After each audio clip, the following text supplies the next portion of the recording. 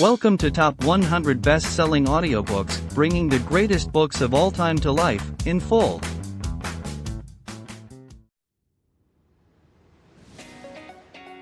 Hello dear listener. If you're here, it's probably because you're as passionate about books and the knowledge and wisdom they bring as we are. So you might also want to own this book or any other from this podcast in physical form, either to add to your personal library or to gift it to a friend. That's why we've included a link in the description, where you can get it at a discount and with shipping to almost anywhere in the world. Also, if you make your purchase through these links, the editors of this podcast will receive a small commission, which helps support us in continuing to upload more and more audiobooks for free. Let's make the world a better place through books, together. Pigeon Publishing House presents On the Shortness of Life. Author, Seneca. Preface. On the Shortness of Life is one of the most enduring works of the ancient Stoic philosopher Lucius Annaeus Seneca. Written around 49 AD as a letter to his friend Paulinus, this treatise challenges a misconception still widespread today, that life is too short. Seneca argues passionately that the real issue is not the brevity of our existence, but the careless way we allow our time, our most precious possession, to slip through our fingers. In these pages, Seneca urges us to live intentionally, to free ourselves from distractions and societal pressures, and to devote our time to pursuits that cultivate virtue, wisdom, and inner peace. His message resonates with striking modern relevance. Amid constant demands, endless tasks, and the pursuit of external achievements, we often forget to truly live. This edition presents Seneca's ideas with clarity and respect for their original spirit. It invites the reader or listener to pause, reflect, and reclaim ownership over the time they have left. For those willing to listen, Seneca offers not just philosophy, but a guide to a fuller, richer, and more meaningful life. On the Shortness of Life. Most human beings, Paulinus, complain about the meanness of nature, because we are born for a brief span of life, and because this spell of time that has been given to us rushes by so swiftly and rapidly that with very few exceptions life ceases for the rest of us just when we are getting ready for it. Nor is it just the man in the street and the unthinking mass of people who groan over this, as they see it, universal evil. The same feeling lies behind complaints from even distinguished men. Hence the dictum of the greatest of doctors, life is short, art is long. Hence too the grievance, most improper to a wise man, which Aristotle expressed when he was taking nature to task for indulging animals with such long existences that they can live through 5 or 10 human lifetimes, while a far shorter limit is set for men who are born to a great and extensive destiny. It is not that we have a short time to live, but that we waste a lot of it. Life is long enough, and a sufficiently generous amount has been given to us for the highest achievements if it were all well invested. But when it is wasted in heedless luxury and spent on no good activity, we are forced at last by death's final constraint to realize that it has passed away before we knew it was passing. So it is, we are not given a short life but we make it short, and we are not ill-supplied but wasteful of it. Just as when ample and princely wealth falls to a bad owner it is squandered in a moment, but wealth, however modest, if entrusted to a good custodian, increases with use, so our lifetime extends amply if you manage it properly. Why do we complain about nature? She has acted kindly, life is long if you know how to use it. But one man is gripped by insatiable greed, another by a laborious dedication to useless tasks. One man is soaked in wine, another sluggish with idleness. One man is worn out by political ambition, which is always at the mercy of the judgment of others. Another through hope of profit is driven headlong over all lands and seas by the greed of trading. Some are tormented by a passion for army life, always intent on inflicting dangers on others or anxious about danger to themselves. Some are worn out by the self-imposed servitude of thankless attendance on the great. Many are occupied by either pursuing other people's money or complaining about their own. Many pursue no fixed goal, but are tossed about in ever-changing designs by a fickleness which is shifting, inconstant and never satisfied with itself.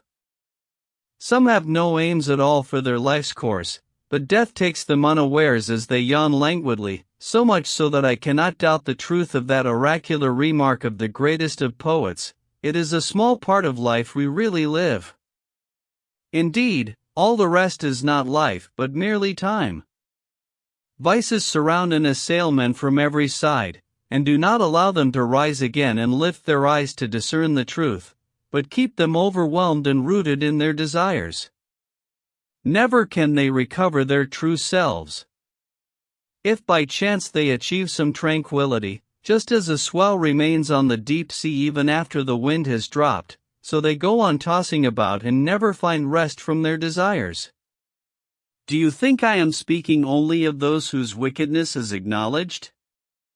Look at those whose good fortune people gather to see; they are choked by their own blessings. How many find their riches a burden? How many burst a blood vessel by their eloquence and their daily striving to show off their talents? How many are pale from constant pleasures? How many are left no freedom by the crowd of clients surrounding them?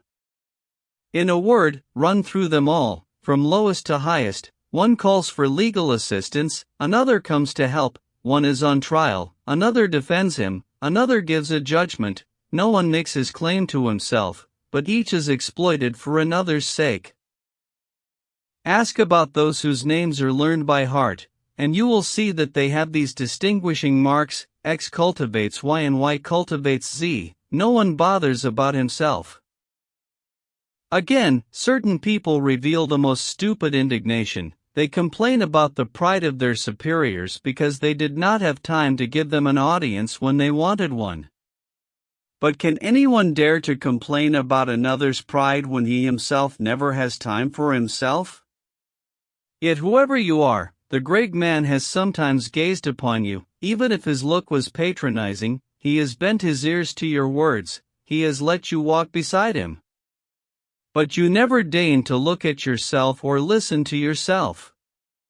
So you have no reason to claim credit from anyone for those attentions, since you showed them not because you wanted someone else's company but because you could not bear your own. Even if all the bright intellects who ever lived were to agree to ponder this one theme, they would never sufficiently express their surprise at this fog in the human mind.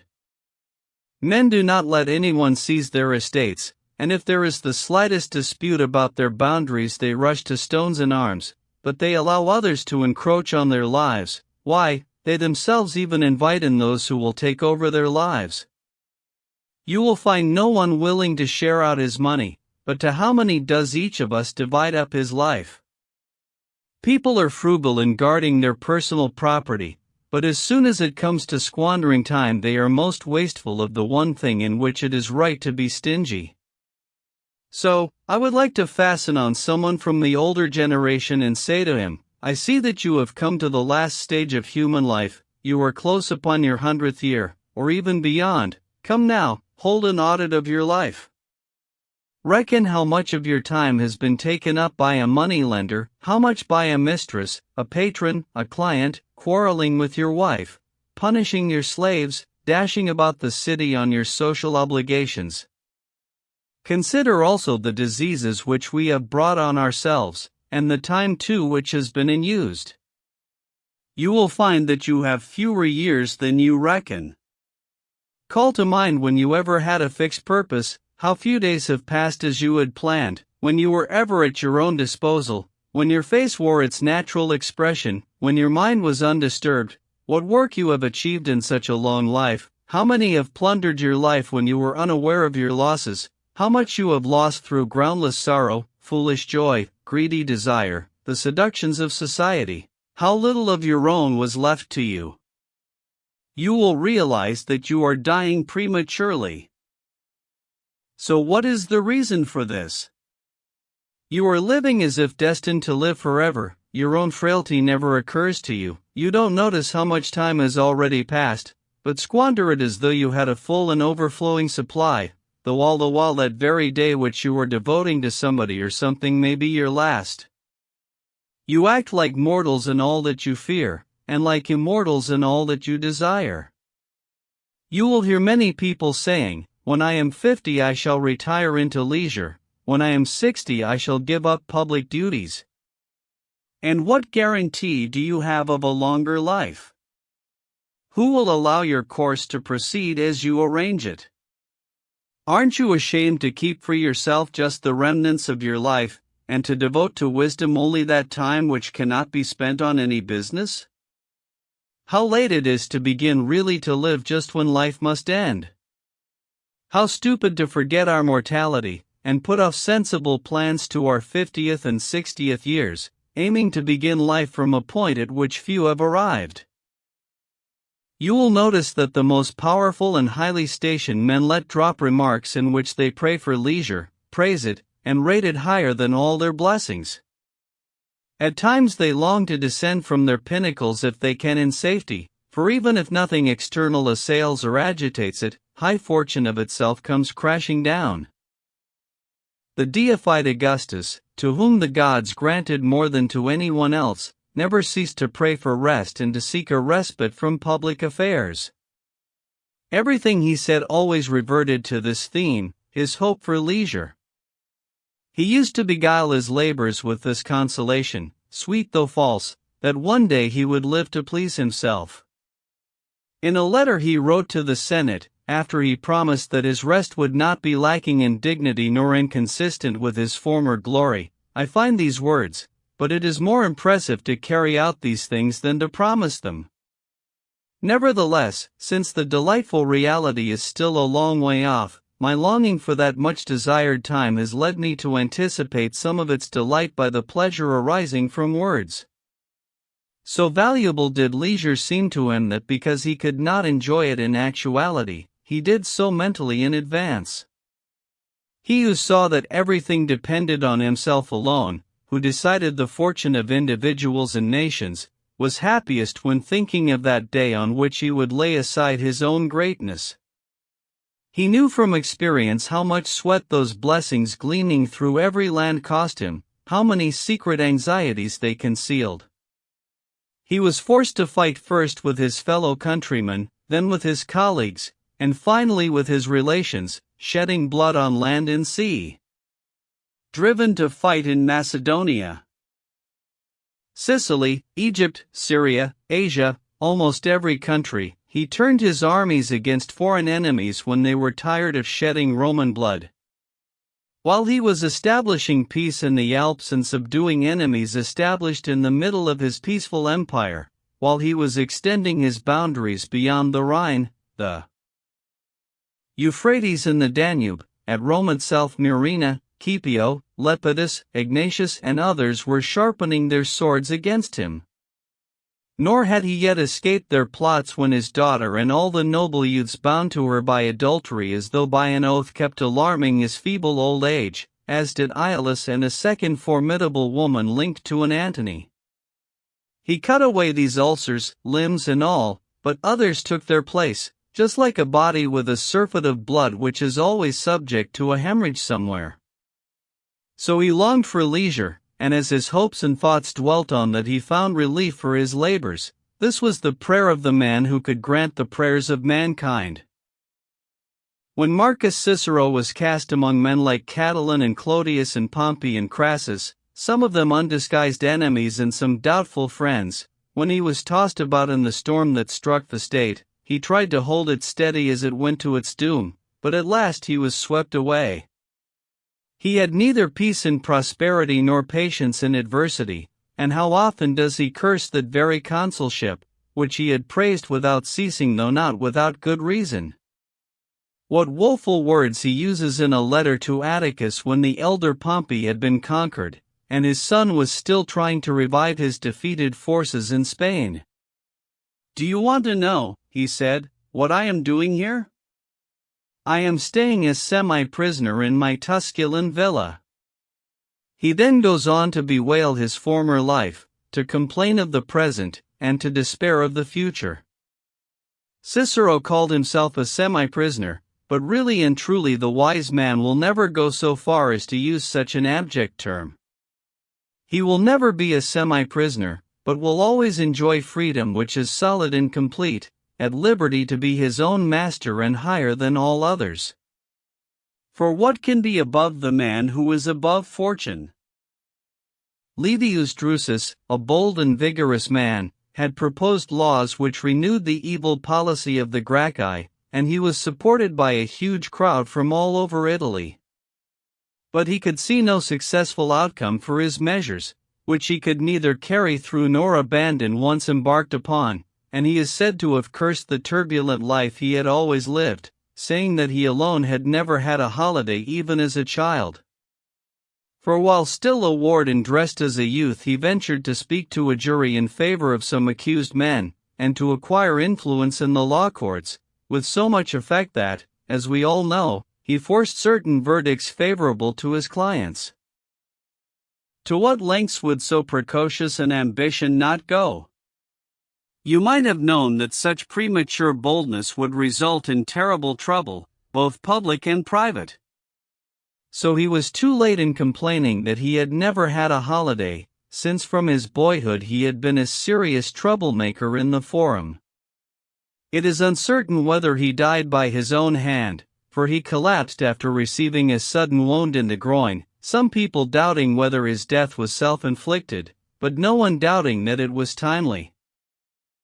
It would be superfluous to mention any more who, though seeming to others the happiest of mortals, themselves bore true witness against themselves by their expressed hatred of every action of their lives. Yet they did not change themselves or anyone else by these complaints, for after their explosion of words their feelings reverted to normal. Assuredly your lives, even if they last more than 1,000 years, will shrink into the tiniest span. Those vices will swallow up any space of time. The actual time you have, which reason can prolong though it naturally passes quickly, inevitably escapes you rapidly, for you do not grasp it or hold it back or try to delay that swiftest of all things, but you let it slip away as though it were something superfluous and replaceable. But among the worst offenders I count those who spend all their time in drinking and lust, for these are the worst preoccupations of all. Other people, even if they are possessed by an illusory semblance of glory, suffer from a respectable delusion. You can give me a list of miserly men, or hot-tempered men who indulge in unjust hatreds or wars, but they are all sinning in a more manly way. It is those who are on a headlong course of gluttony and lust who are stained with dishonor. Examine how all these people spend their time, how long they devote to their accounts, to laying traps for others or fearing those laid for themselves, to paying court to others or being courted themselves, to giving or receiving bail, to banquets, which now count as docile business. You will see how their activities, good or bad, do not give them even time to breathe. Finally, it is generally agreed that no activity can be successfully pursued by an individual who is preoccupied, not rhetoric or liberal studies, since the mind when distracted absorbs nothing deeply, but rejects everything which is, so to speak, crammed into it. Living is the least important activity of the preoccupied man, yet there is nothing which is harder to learn. There are many instructors in the other arts to be found everywhere. Indeed, some of these arts mere boys have grasped so thoroughly that they can even teach them. But learning how to live takes a whole life, and, which may surprise you more, it takes a whole life to learn how to die. So many of the finest men have put aside all their encumbrances, renouncing riches and business and pleasure, and made it their one aim up to the end of their lives to know how to live. Yet most of these have died confessing that they did not yet know, still less can those others know. Believe me, it is the sign of a great man, and one who is above human error, not to allow his time to be frittered away, he has the longest possible life simply because whatever time was available he devoted entirely to himself. None of it lay fallow and neglected, none of it under another's control, for being an extremely thrifty guardian of his time he never found anything for which it was worth exchanging. So he had enough time, but those into whose lives the public have made great inroads inevitably have too little. Nor must you think that such people do not sometimes recognize their loss. Indeed, you will hear many of those to whom great prosperity is a burden sometimes crying out amidst their hordes of clients or their pleadings in law courts or their other honorable miseries. It's impossible to live. Of course it's impossible. All those who call you to themselves draw you away from yourself. How many days has that defendant stolen from you? Or that candidate? Or that old lady worn out with burying her heirs? Or that man shamming an illness to excite the greed of legacy hunters? Or that influential friend who keeps people like you not for friendship but for display? Mark off, I tell you, and review the days of your life, you will see that very few, the useless remnants, have been left to you. One man who has achieved the badge of OCE he coveted longs to lay it aside, and keeps repeating, will this year never end? Another man thought it a great coup to win the chance of giving games, but, having given them, he says, when shall I be rid of them? That advocate is grabbed on every side throughout the forum, and fills the whole place with a huge crowd extending further than he can be heard, but he says, when will vacation come? Everyone hustles his life along, and is troubled by a longing for the future and weariness of the present. But the man who spends all his time on his own needs, who organizes every day as though it were his last, neither longs for nor fears the next day. For what new pleasures can any hour now bring him? He has tried everything, and enjoyed everything to repletion. For the rest, fortune can dispose as she likes, his life is now secure. Nothing can be taken from this life, and you can only add to it as if giving to a man who is already full and satisfied food which he does not want but can hold. So you must not think a man has lived long because he has white hair and wrinkles. He has not lived long, just existed long. For suppose you should think that a man had had a long voyage who had been caught in a raging storm as he left harbor, and carried hither and thither and driven round and round in a circle by the rage of opposing winds? He did not have a long voyage, just a long tossing about. I am always surprised to see some people demanding the time of others and meeting a most obliging response. Both sides have in view the reason for which the time is asked, and neither regards the time itself, as if nothing there is being asked for and nothing given. They are trifling with life's most precious commodity, being deceived because it is an intangible thing, not open to inspection and therefore reckoned very cheap, in fact, almost without any value. People are delighted to accept pensions and gratuities, for which they hire out their labor or their support or their services.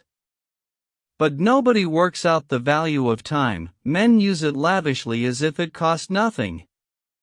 But if death threatens these same people, you will see them praying to their doctors. If they are in fear of capital punishment, you will see them prepared to spend their all to stay alive. So inconsistent are they in their feelings. But if each of us could have the tally of his future years set before him, as we can of our past years, how alarmed would be those who saw only a few years ahead, and how carefully would they use them. And yet it is easy to organize an amount, however small, which is assured. We have to be more careful in preserving what will cease at an unknown point. But you are not to think that these people do not know how precious time is. They commonly say to those they are particularly fond of that they are ready to give them some of their years.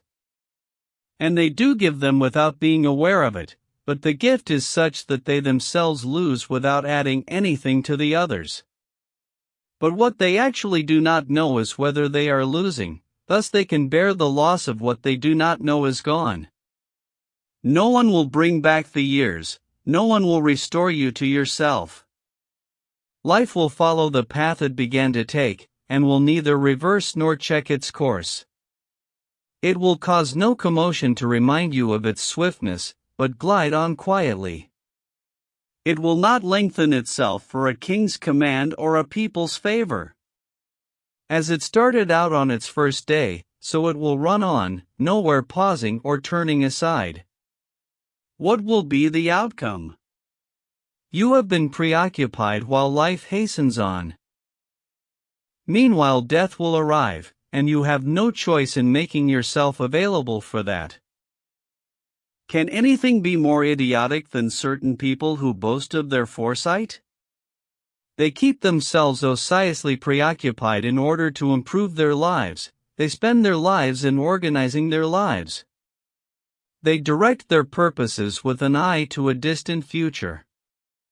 But putting things off is the biggest waste of life. It snatches away each day as it comes, and denies us the present by promising the future. The greatest obstacle to living is expectancy, which hangs upon tomorrow and loses today. You are arranging what lies in fortune's control, and abandoning what lies in yours. What are you looking at? To what goal are you straining? The whole future lies in uncertainty. Live immediately. Listen to the cry of our greatest poet, who as though inspired with divine utterance sings salutary verses. Life's finest day for wretched mortals here is always first to flee. Why do you linger, he means? Why are you idle? If you don't grasp it first, it flees. And even if you do grasp it, it will still flee. So you must match time's swiftness with your speed in using it, and you must drink quickly as though from a rapid stream that will not always flow. In chastising endless delay, too, the poet very elegantly speaks not of the finest age but finest day. However greedy you are, why are you so unconcerned and so sluggish, while time flies so fast, extending months and years in a long sequence ahead of you? The poet is telling you about the day, and about this very day that is escaping. So can it be doubted that for wretched mortals, that is, the preoccupied, the finest day is always the first to flee? Old age overtakes them while they are still mentally childish, and they face it unprepared and unarmed. For they have made no provision for it, stumbling upon it suddenly and unawares, and without realizing that it was approaching day by day. Just as travelers are beguiled by conversation or reading or some profound meditation, and find they have arrived at their destination before they knew they were approaching it, so it is with this unceasing and extremely fast-moving journey of life, which waking or sleeping we make at the same pace. The preoccupied become aware of it only when it is over. If I wanted to divide my theme into different headings and offer proofs, I would find many arguments to prove that the preoccupied find life very short. But Fabianus, who was not one of today's academic philosophers but the true old-fashioned sort, used to say that we must attack the passions by brute force and not by logic, that the enemy's line must be turned by a strong attack and not by pinpricks, for vices have to be crushed rather than picked at. Still, in order that the people concerned may be censured for their own individual faults, they must be taught and not just given up for lost. Life is divided into 3 periods: past, present and future. Of these, the present is short, the future is doubtful, the past is certain. For this last is the one over which fortune has lost her power, which cannot be brought back to anyone's control. But this is what preoccupied people lose, for they have no time to look back at their past, and even if they did, it is not pleasant to recall activities they are ashamed of. So they are unwilling to cast their minds back to times ill spent, which they dare not relive if their vices in recollection become obvious, even those vices whose insidious approach was disguised by the charm of some momentary pleasure. No one willingly reverts to the past unless all his actions have passed his own censorship, which is never deceived. The man who must fear his own memory is the one who has been ambitious in his greed, arrogant in his contempt, uncontrolled in his victories, treacherous in his deceptions, rapacious in his plundering, and wasteful in his squandering. And yet this is the period of our time which is sacred and dedicated, which has passed beyond all human risks and is removed from fortune's sway, which cannot be harassed by want or fear or attacks of illness. It cannot be disturbed or snatched from us, it is an untroubled, everlasting possession. In the present we have only one day at a time, each offering a minute at a time. But all the days of the past will come to your call, you can detain and inspect them at your will, something which the preoccupied have no time to do. It is the mind which is tranquil and free from care which can roam through all the stages of its life. The minds of the preoccupied, as if harnessed in a yoke, cannot turn round and look behind them. So their lives vanish into an abyss, and just as it is no use pouring any amount of liquid into a container without a bottom to catch and hold it, so it does not matter how much time we are given if there is nowhere for it to settle, it escapes through the cracks and holes of the mind. The present time is extremely short, so much so that some people are unaware of it. For it is always on the move, flowing on in a rush, it ceases before it has come, and does not suffer delay any more than the firmament or the stars, whose unceasing movement never pauses in the same place. And so the preoccupied are concerned only with the present, and it is so short that it cannot be grasped, and even this is stolen from them while they are involved in their many distractions. In a word, would you like to know how they do not live long? See how keen they are to live long. Feeble old men pray for a few more years, they pretend they are younger than they are, they comfort themselves by this deception and fool themselves as eagerly as if they fooled fate at the same time. But when at last some illness has reminded them of their mortality, how terrified do they die, as if they were not just passing out of life but being dragged out of it. They exclaim that they were fools because they have not really lived, and that if only they can recover from this illness they will live in leisure. Then they reflect how pointlessly they acquired things they never would enjoy, and how all their toil has been in vain. But for those whose life is far removed from all business it must be amply long. None of it is frittered away, none of it scattered here and there, none of it committed to fortune, none of it lost through carelessness, none of it wasted on largesse, none of it superfluous, the whole of it, so to speak, is well invested. So, however short, it is fully souciant, and therefore whenever his last day comes, the wise man will not hesitate to meet death with a firm step. Perhaps you want to know whom I would call the preoccupied? You must not imagine I mean just those who are driven from the law court only by the arrival of the watchdogs, or those whom you see crushed either honorably in their own crowd of supporters or contemptuously in someone else's, or those whose social duties bring them forth from their own homes to dash them against someone else's doors, or those whom the praetor's auction spear occupies in acquiring disreputable gain which will one day turn rank upon them. Some men are preoccupied even in their leisure, in their country house, on their couch, in the midst of solitude, even when quite alone, they are their own worst company. You could not call theirs a life of leisure, but an idle preoccupation. Do you call that man leisured who arranges with anxious precision his Corinthian bronzes, the cost of which is inflated by the mania of a few collectors, and spends most of the day on rusty bits of metal?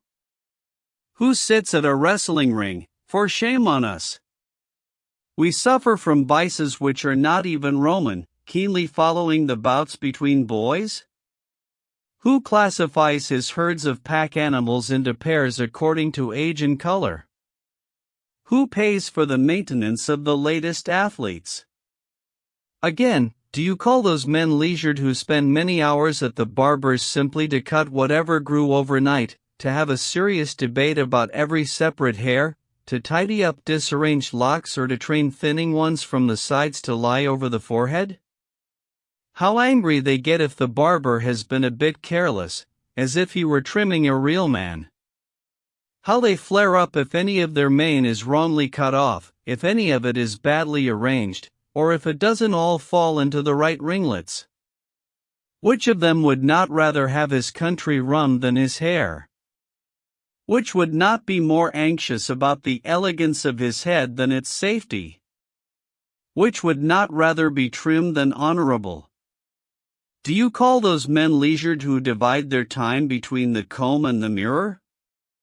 And what about those who busy themselves in composing, listening to, or learning songs, while they distort their voice, whose best and simplest tone nature intended to be the straight one, into the most unnatural modulations, who are always drumming with their fingers as they beat time to an imagined tune, whom you can hear humming to themselves even when they are summoned on a serious, often even sorrowful, affair? Theirs is not leisure but indolent occupation.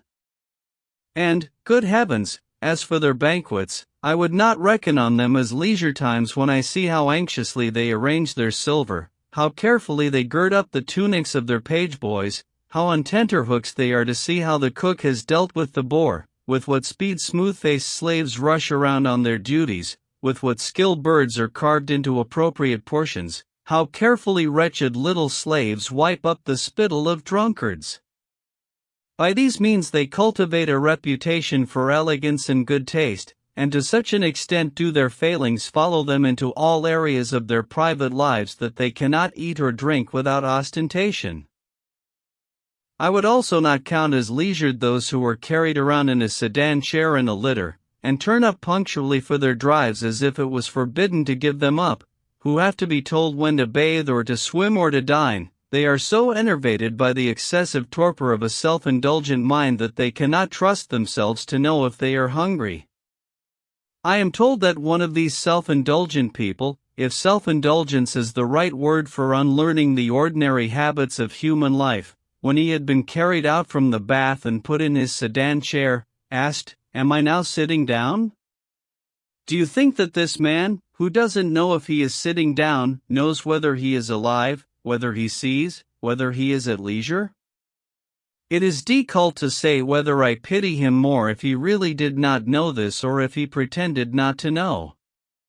They really experience forgetfulness of many things, but they also pretend to forget many things.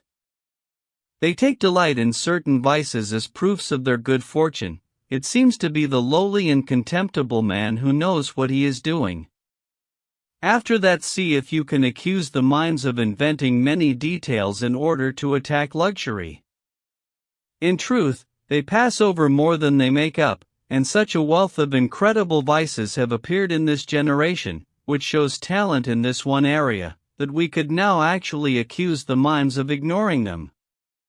To think that there is anyone so lost in luxuries that he has to trust another to tell him if he is sitting down. So this one is not at leisure, and you must give him another description: he is ill, or even, he is dead. The man who is really at leisure is also aware of it. But this one who is only half alive, and needs to be told the positions of his own body, how can he have control over any of his time? It would be tedious to mention individually those who have spent all their lives playing draughts or ball, or carefully cooking themselves in the sun. They are not at leisure whose pleasures involve a serious commitment. For example, nobody will dispute that those people are busy about nothing who spend their time on useless literary studies. Even among the Romans there is now a large company of these. It used to be a Greek failing to want to know how many oarsmen Ulysses had, whether the Iliad or the Odyssey was written first, and whether too they were by the same author, and other questions of this kind, which if you keep them to yourself in no way enhance your private knowledge, and if you publish them make you appear more a bore than a scholar. But now the Romans too have been amicted by the pointless enthusiasm for useless knowledge. Recently I heard somebody reporting which Roman general first did this or that. Duilius first won a naval battle, Curius Dentatus first included elephants in a triumph. So far these facts, even if they do not contribute to real glory, at least are concerned with exemplary services to the state. Such knowledge will not do us any good, but it interests us because of the appeal of these pointless facts. We can also excuse those who investigate who first persuaded the Romans to embark on a ship. That was Claudius, who for this reason was called Codex because a structure linking several wooden planks was called in antiquity a codex. Hence too the law tables are called codices, and even today the boats which carry provisions up the Tiber are called by the old-fashioned name codicarii. Doubtless too it is of some importance to know that Valerius Corvinus first conquered Messana, and was the first of the family of the Valeri to be surnamed Messana from the name of the captured city, the spelling of which was gradually corrupted in everyday speech to Messala. Perhaps you will also allow someone to take seriously the fact that Lucius Sulla first exhibited lions loose in the circus, though at other times they were shown in fetters, and that javelin throwers were sent by King Bacchus to kill them. This too may be excused, but does it serve any good purpose? To know that Pompey first exhibited in the circus a fight involving 18 elephants, pitting innocent men against them in a staged battle. A leader of the state and, as we are told, a man of notable kindliness among the leaders of old, he thought it would be a memorable spectacle to kill human beings in a novel way. Are they to fight to the death? Not good enough. Are they to be torn to pieces? Not good enough. Let them be crushed by animals of enormous bulk. It would be better for such things to be forgotten, lest in the future someone in power might learn about them and not wish to be outdone in such a piece of inhumanity. Oh, what darkness does great prosperity cast over our minds! He thought himself beyond nature's laws at the time that he was throwing so many crowds of wretched men to wild creatures from abroad, when he was setting such disparate creatures against each other, when he was shedding so much blood in front of the Roman people, who themselves were soon to be forced by him to shed their own blood. But later he himself, betrayed by Alexandrian treachery, offered himself to be stabbed by the lowest slave, only then realizing that his surname, Great, was an empty boast. But to return to the point from which I digressed, and to illustrate how some people spend useless efforts on these same topics, the man I referred to reported that Metellus in his triumph, after conquering the Carthaginians in Sicily, alone among all the Romans had 120 elephants led before his chariot, and that Sulla was the last of the Romans to have extended the Pomerium, which it was the ancient practice to extend after acquiring Italian, but never provincial, territory. Is it better to know this than to know that the Aventine Hill, as he asserted, is outside the Pomerium for one of two reasons, either because the plebs withdrew to it or because when Remus took the auspices there the birds had not been favorable, and countless further theories that are either false or very close to lies? For even if you admit that they say all this in good faith, even if they guarantee the truth of their statements, whose mistakes will thereby be lessened? Whose passions restrained? Who will be made more free, more just, more magnanimous? Our Fabianus used to say that sometimes he wondered whether it was better not to be involved in any researches than to get entangled in these. Of all people only those are at leisure who make time for philosophy, only those are really alive. For they not only keep a good watch over their own lifetimes, but they annex every age to theirs. All the years that have passed before them are added to their own. Unless we are very ungrateful, all those distinguished founders of holy creeds were born for us and prepared for us a way of life. By the toil of others we are led into the presence of things which have been brought from darkness into light. We are excluded from no age, but we have access to them all, And if we are prepared in loftiness of mind to pass beyond the narrow confines of human weakness, there is a long period of time through which we can roam. We can argue with Socrates, express doubt with Carneades, cultivate retirement with Epicurus, overcome human nature with the Stoics, and exceed its limits with the Cynics. Since nature allows us to enter into a partnership with every age, why not turn from this brief and transient spell of time and give ourselves wholeheartedly to the past, which is limitless and eternal and can be shared with better men than we? Those who rush about on social duties, disturbing both themselves and others, when they have duly finished their crazy round and have daily crossed everyone's threshold and passed by no open door, when they have carried around their self-interested greetings to houses that are miles apart, how few will they be able to see in a city so enormous and so distracted by varied desires?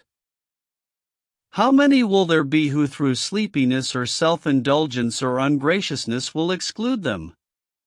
How many, after keeping them in an agony of waiting, will pretend to be in a hurry and rush past them? How many will avoid going out through a hall crowded with dependents, and escape through a secret door, as if it were not even more discourteous to deceive callers than to exclude them? How many, half asleep and sluggish after yesterday's drinking, will yawn insolently and have to be prompted 1,000 times in a whisper before, scarcely moving their lips, they can greet by name the poor wretches who have broken their own slumbers in order to wait on another's?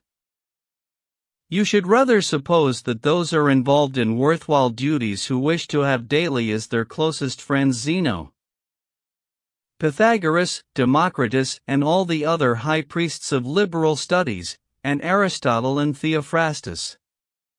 None of these will be too busy to see you, none of these will not send his visitor away happier and more devoted to himself, none of these will allow anyone to depart empty-handed. They are at home to all mortals by night and by day. None of these will force you to die, but all will teach you how to die. None of them will exhaust your years, but each will contribute his years to yours. With none of these will conversation be dangerous, or his friendship fatal, or attendance on him expensive. From them you can take whatever you wish. It will not be their fault if you do not take your fill from them. What happiness, what a fine old age awaits the man who has made himself a client of these.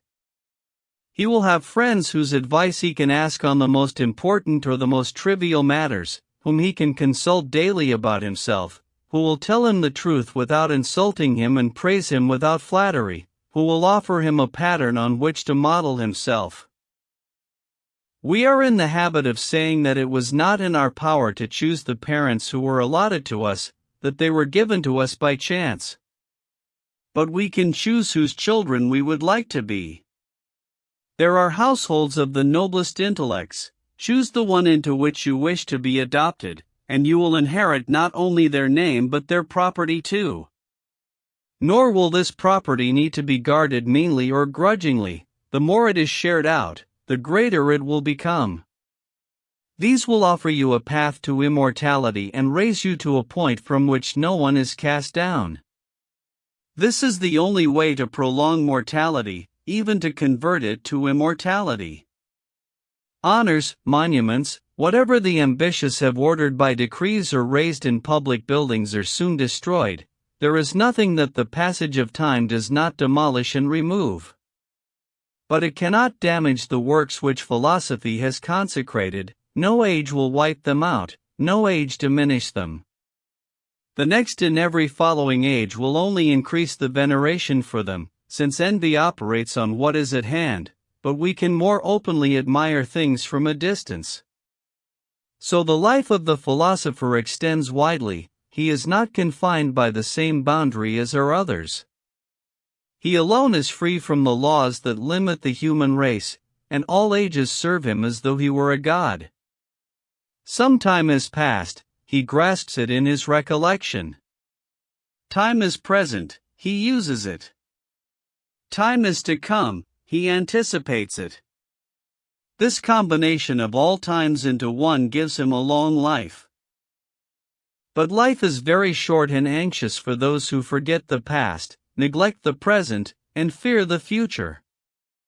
When they come to the end of it, the poor wretches realize too late that for all this time they have been preoccupied in doing nothing. And the fact that they sometimes invoke death is no proof that their lives seem long. Their own folly amidst them with restless emotions which hurl themselves upon the very things they fear. They often long for death because they fear it. Nor is this a proof that they are living for a long time, that the day often seems long to them, or that they complain that the hours pass slowly until the time fixed for dinner arrives. For as soon as their preoccupations fail them, they are restless with nothing to do, not knowing how to dispose of their leisure or make the time pass. And so they are anxious for something else to do, and all the intervening time is wearisome. Really, it is just as when a gladiatorial show has been announced, or they are looking forward to the appointed time of some other exhibition or amusement. They want to leap over the days in between. Any deferment of the longed-for event is tedious to them. Yet the time of the actual enjoyment is short and swift, and made much shorter through their own fault. For they dash from one pleasure to another and cannot stay steady in one desire. Their days are not long but odious. On the other hand, how short do the nights seem which they spend drinking or sleeping with harlots. Hence the lunacy of the poets, who encourage human frailty by their stories, in which Jupiter, seduced by the pleasures of lovemaking, is seen to double the length of the night. What else is it but to inflame our vices when they quote the gods to endorse them, and as a precedent for our failings they offer, an excuse, the wantonness of the gods? Can the nights, which they purchase so dearly, not seem much too short to these people? They lose the day in waiting for the night, and the night in fearing the dawn. Even their pleasures are uneasy and made anxious by various fears, and at the very height of their rejoicing the worrying thought steals over them, how long will this last?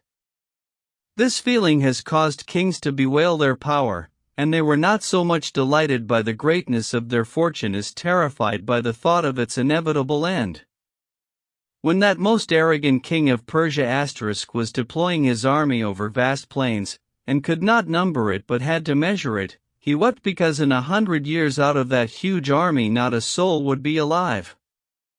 But he who was weeping was the very man who would bring their fate upon them, and would destroy some on the sea, some on land, some in battle, some in flight, and in a very short time would wipe out all those for whose 100th year he was afraid. And what of the fact that even their joys are uneasy? The reason is that they are not based on firm causes, but they are agitated as groundlessly as they arise. But what kind of times can those be, do you think, which they themselves admit are wretched, since even the joys by which they are exalted and raised above humanity are pretty corrupt? All the greatest blessings create anxiety, and fortune is never less to be trusted than when it is fairest. To preserve prosperity we need other prosperity, and to support the prayers which have turned out well we have to make other prayers. Whatever comes our way by chance is unsteady, and the higher it rises the more liable it is to fall. Furthermore, what is doomed to fall delights no one. So it is inevitable that life will be not just very short but very miserable for those who acquire by great toil what they must keep by greater toil. They achieve what they want laboriously, they possess what they have achieved anxiously, and meanwhile they take no account of time that will never more return. New preoccupations take the place of the old, hope excites more hope and ambition more ambition. They do not look for an end to their misery, but simply change the reason for it.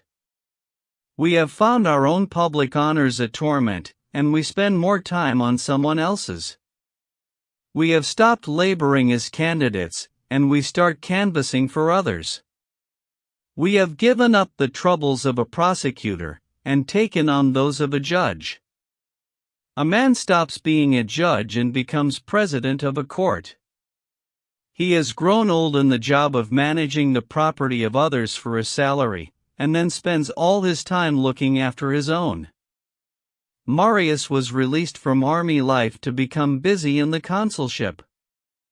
Quintius hastens to get through his dictatorship, but he will be summoned back to it from the plow. Scipio will go against the Carthaginians before he is experienced enough for such an undertaking. Victorious over Hannibal, victorious over Antiochus, distinguished in his own consulship and a surety for his brothers, if he had not himself forbidden it he would have been set up beside Jupiter. But discord in the state will harass its savior, and after as a young man he has scorned honors fit for the gods, at length when old he will take delight in an ostentatiously stubborn exile. There will always be causes for anxiety, whether due to prosperity or to wretchedness. Life will be driven on through a succession of preoccupations. We shall always long for leisure, but never enjoy it. And so, my dear Paulinus, extract yourself from the crowd, and as you have been storm-tossed more than your age deserves, you must at last retire into a peaceful harbor. Consider how many waves you have encountered, how many storms, some of which you have sustained in private life and some you have brought upon yourself in public life. Your virtue has for long enough been shown. When you were a model of active industry, try how it will manage in leisure. The greater part of your life, certainly the better part, has been devoted to the state. Take some of your own time for yourself too. I am not inviting you to idle or purposeless sloth, or to drown all your natural energy in sleep and the pleasures that are dear to the masses. That is not to have repose. When you are retired and enjoying peace of mind, you will find to keep you busy more important activities than all those you have performed so energetically up to now. Indeed, you are managing the accounts of the world as scrupulously as you would another person's, as carefully as your own, as conscientiously as the state's. You are winning affection in a job in which it is hard to avoid ill will, but believe me, it is better to understand the balance sheet of one's own life than of the corn trade. You must recall that vigorous mind of yours, supremely capable of dealing with the greatest responsibilities, from a task which is certainly honorable but scarcely suited to the happy life, and you must consider that all your youthful training in the liberal studies was not directed to this end, that many thousands of measures of corn might safely be entrusted to you. You had promised higher and greater things of yourself. There will not be wanting men who are completely worthy and hard-working. Stolid pack animals are much more fit for carrying loads than thoroughbred horses, whoever subdued their noble speed with a heavy burden. Consider too how much anxiety you have in submitting yourself to such a weight of responsibility. You are dealing with the human belly. A hungry people neither listens to reason nor is mollified by fair treatment or swayed by any appeals. Quite recently, within a few days after Gaius Caesar died, still feeling very upset, if the dead have feelings, because he saw that the Roman people were still surviving, with a supply of food for 7 or at most 8 days, while he was building bridges with boats and playing with the resources of the empire, we faced the worst of all immixtions, even to those under siege, a shortage of provisions. His imitation of a mad foreign king doomed in his pride, nearly cost the city destruction and famine and the universal collapse that follows famine. What then must those have felt who had charge of the corn supply, when they were threatened with stones, weapons, fire, and Gaius? With a huge pretense they managed to conceal the great evil lurking in the vitals of the state, and assuredly they had good reason. For certain ailments must be treated while the patient is unaware of them. Knowing about their disease has caused the death of many. You must retire to these pursuits which are quieter, safer, and more important. Do you think it is the same thing whether you are overseeing the transfer of corn into granaries, unspoilt by the dishonesty and carelessness of the shippers, and taking care that it does not get damp and then ruined through heat, and that it tallies in measure and weight, or whether you take up these sacred and lofty studies, from which you will learn the substance of God, and His will, His mode of life, his shape, what fate awaits your soul, where nature lays us to rest when released from our bodies. What is the force which supports all the heaviest elements of this world at the center, suspends the light elements above, carries fire to the highest part, and sets the stars in motion with their proper changes, and learn other things in succession which are full of tremendous marvels? You really should leave the ground and turn your thoughts to these studies. Now while the blood is hot you should make your way with vigor to better things. In this kind of life you will find much that is worth your study, the love and practice of the virtues, forgetfulness of the passions, the knowledge of how to live and die, and a life of deep tranquility. Indeed, the state of all who are preoccupied is wretched, but the most wretched are those who are toiling not even at their own preoccupations, but must regulate their sleep by another's, and their walk by another's pace, and obey orders in those freest of all things, loving and hating. If such people want to know how short their lives are, let them reflect how small a portion is their own. So, when you see a man repeatedly wearing the robe of OCE, or one whose name is often spoken in the forum, do not envy him. These things are won at the cost of life. In order that 1 year may be dated from their names, they will waste all their own years. Life has left some men struggling at the start of their careers before they could force their way to the height of their ambition. Some men, after they have crawled through 1,000 indignities to the supreme dignity, have been assailed by the gloomy thought that all their labors were but for the sake of an epitaph. Some try to adjust their extreme old age to new hopes as though it were youth, but find its weakness fails them in the midst of efforts that overtax it. It is a shameful sight when an elderly man runs out of breath while he is pleading in court for litigants who are total strangers to him, and trying to win the applause of the ignorant bystanders. It is disgraceful to see a man collapsing in the middle of his duties, worn out more by his lifestyle than by his labors. Disgraceful too is it when a man dies in the midst of going through his accounts, and his heir, long kept waiting, smiles in relief. I cannot resist telling you of an instance that occurs to me. Sextus Tyrannius was an old man known to be scrupulous and diligent, who, when he was 90, at his own request was given retirement from his OCE by Gaius Caesar.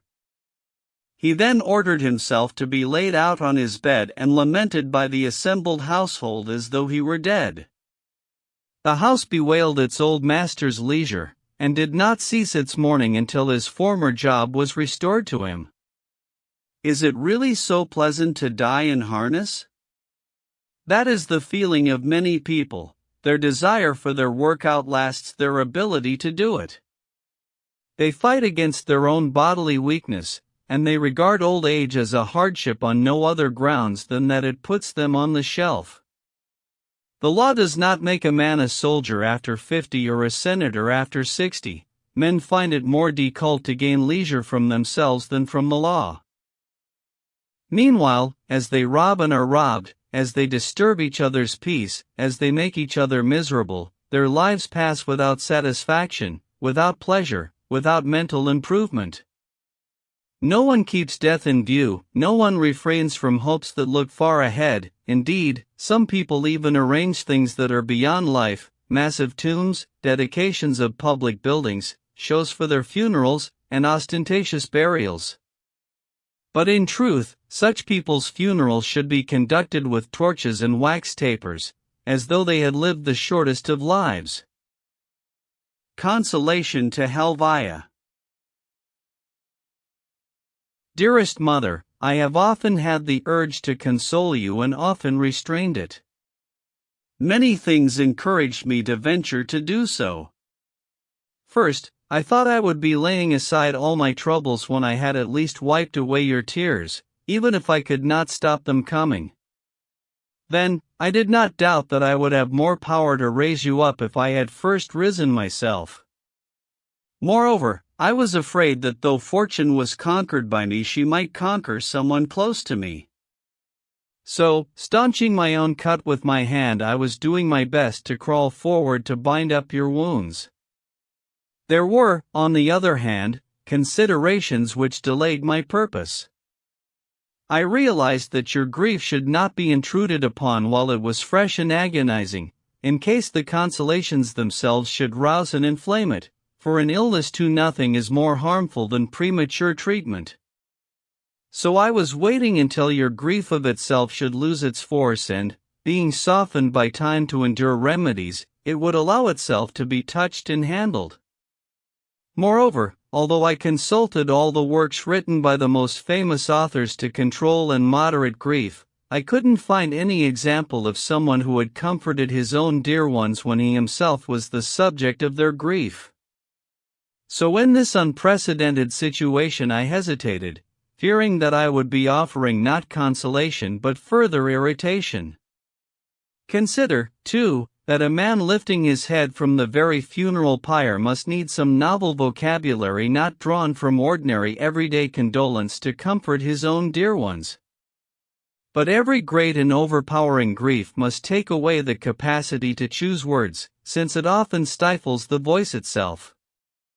Anyway, I'll try my best, not trusting in my cleverness, but because being myself the comforter I can thereby be the most effective comfort.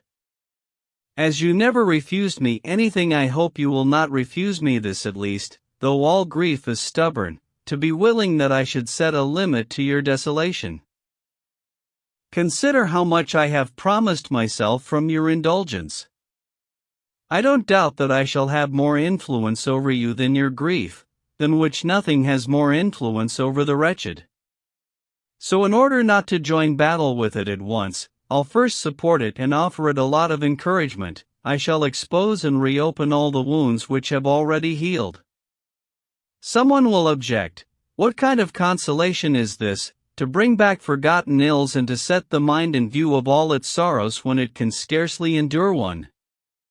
But let him consider that those disorders which are so dangerous that they have gained ground in spite of treatment can generally be treated by opposite methods. Therefore I shall offer to the mind all its sorrows, all its mourning garments. This will not be a gentle prescription for healing, but cautery and the knife. What shall I achieve? That a soul which has conquered so many miseries will be ashamed to worry about one more wound in a body which already has so many scars. So let those people go on weeping and wailing whose self-indulgent minds have been weakened by long prosperity. Let them collapse at the threat of the most trivial injuries, but let those who have spent all their years suffering disasters endure the worst afflictions with a brave and resolute staunchness. Everlasting misfortune does have one blessing, that it ends up by toughening those whom it constantly afflicts. Fortune has given you no respite from the most woeful sorrows, not even excepting the day of your birth.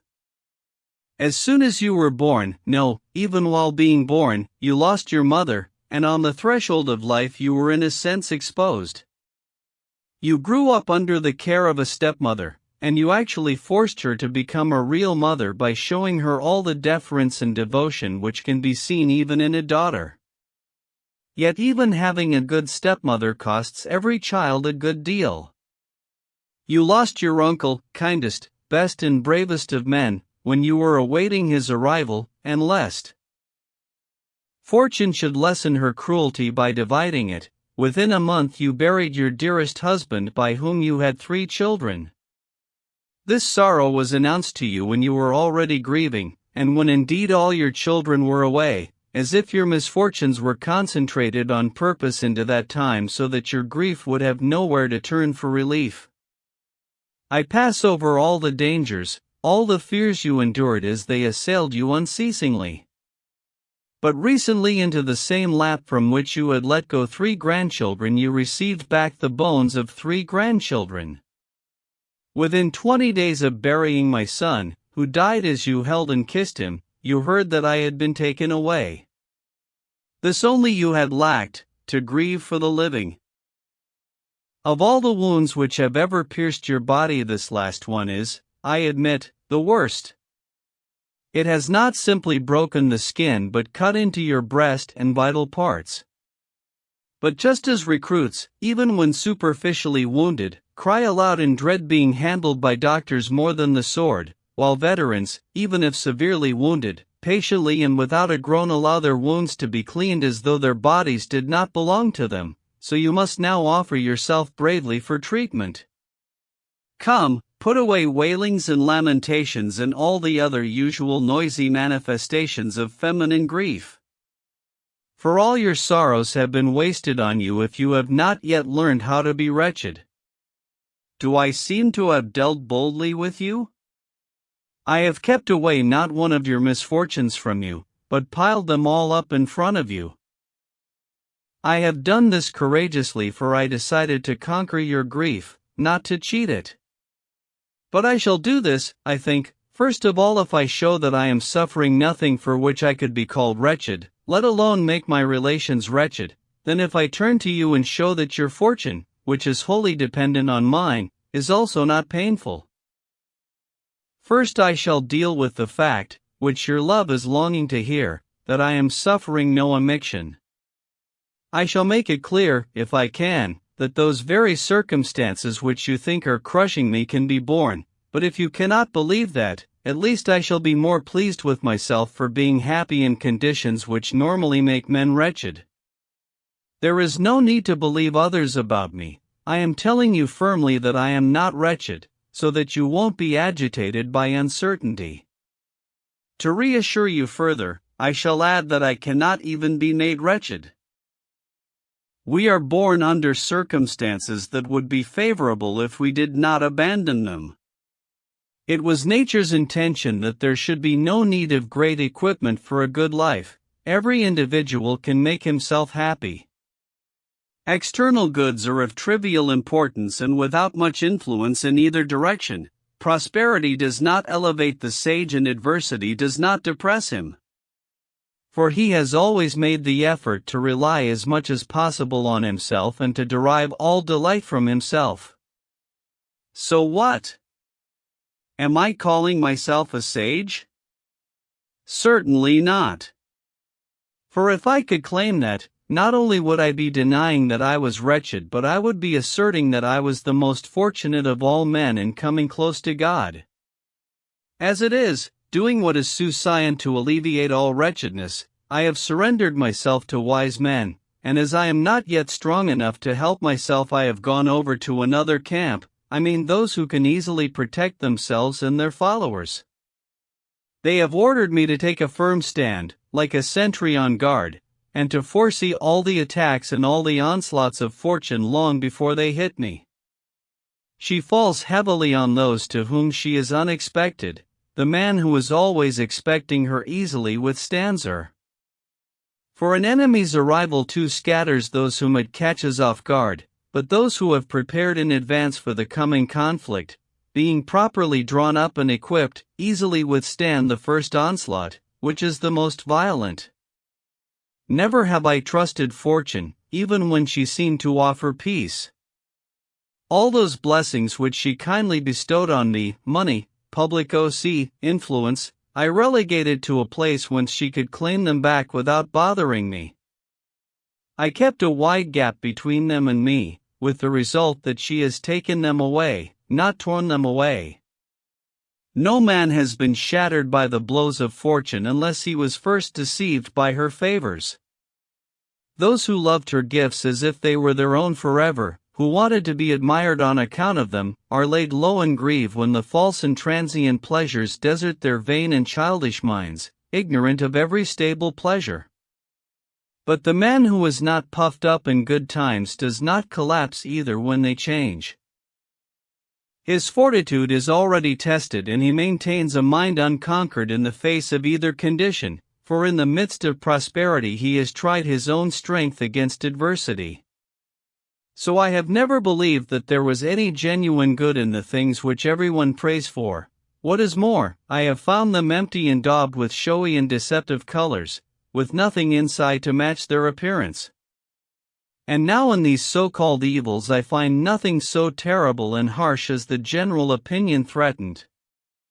Certainly the word exile itself now enters the ears more harshly through a sort of conviction and popular belief, and strikes the listener as something gloomy and detestable. For that is the people's verdict, but wise men on the whole reject the people's decrees. So, putting aside this judgment of the majority who are carried away by the surface appearance of things, whatever the grounds for believing in it, let us examine the reality of exile. Clearly a change of place. I must not seem to restrict its force and remove its worst feature, so I agree that this change of place brings with it the disadvantages of poverty, disgrace, and contempt. I shall deal with these later. Meanwhile, I wish first to examine what distress the change of place itself involves. It is unbearable to be deprived of your country. Come now, look at this mass of people whom the buildings of huge Rome can scarcely hold. Most of that crowd are deprived of their country. They have flocked together from their towns and colonies, in fact from the whole world, some brought by ambition, some by the obligation of public OC, some by the duties of an envoy, some by self-indulgence seeking a place conveniently rich in vice, some by a love of liberal studies, some by the public shows, some have been attracted by friendship, some by their own energy which has found a wide field for displaying its qualities. Some have come to sell their beauty, others their eloquence. Absolutely every type of person has hastened into the city which offers high rewards for both virtues and vices. Take a roll call of all of them and ask each where he comes from. You will see that most of them have left their own homes and come to a very great and beautiful city, but not their own. Then move away from this city, which in a way can be said to belong to all, and go around all the others. In every one a large proportion of the population is immigrant.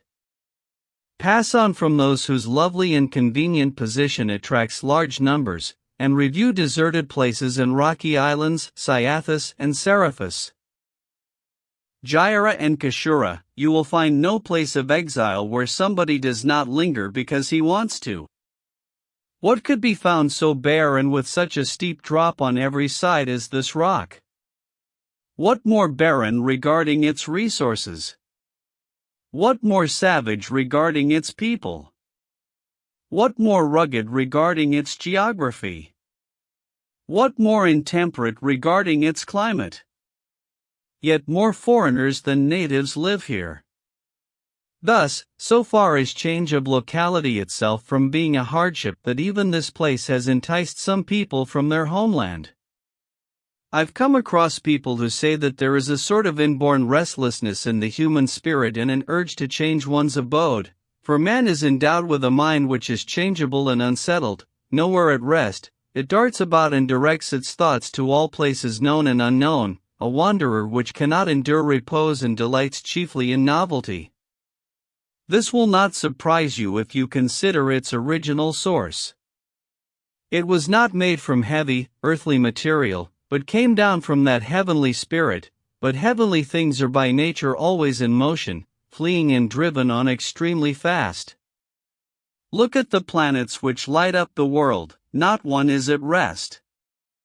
The sun glides constantly, moving on from place to place, and although it revolves with the universe, its motion is nevertheless opposite to that of the firmament itself. It races through all the signs of the zodiac and never stops. Its motion is everlasting as it journeys from one point to another. All the planets forever move round and pass by, as the constraining law of nature has ordained. They are borne from point to point. When through fixed periods of years they have completed their courses, they will start again upon their former circuits. How silly then to imagine that the human mind, which is formed of the same elements as divine beings, objects to movement and change of abode, while the divine nature finds delight and even self-preservation in continual and very rapid change. Well, now, turn your attention from heavenly to human matters and you will see that whole nations and peoples have changed their abode. What are Greek cities doing in the midst of barbarian territories? Why do we hear the Macedonian language among Indians and Persians? Scythia and all that wide region of fierce and untamed tribes reveal Achaean cities established on the shores of the Pontus. People were not put off from migrating there by the endlessly severe winter or the savage character of the natives which matched their climate. There is a crowd of Athenians in Asia. Miletus has sent out all over the place enough people to colonize 75 cities. The whole of the Italian coast, which is washed by the lower sea, was once Greater Greece.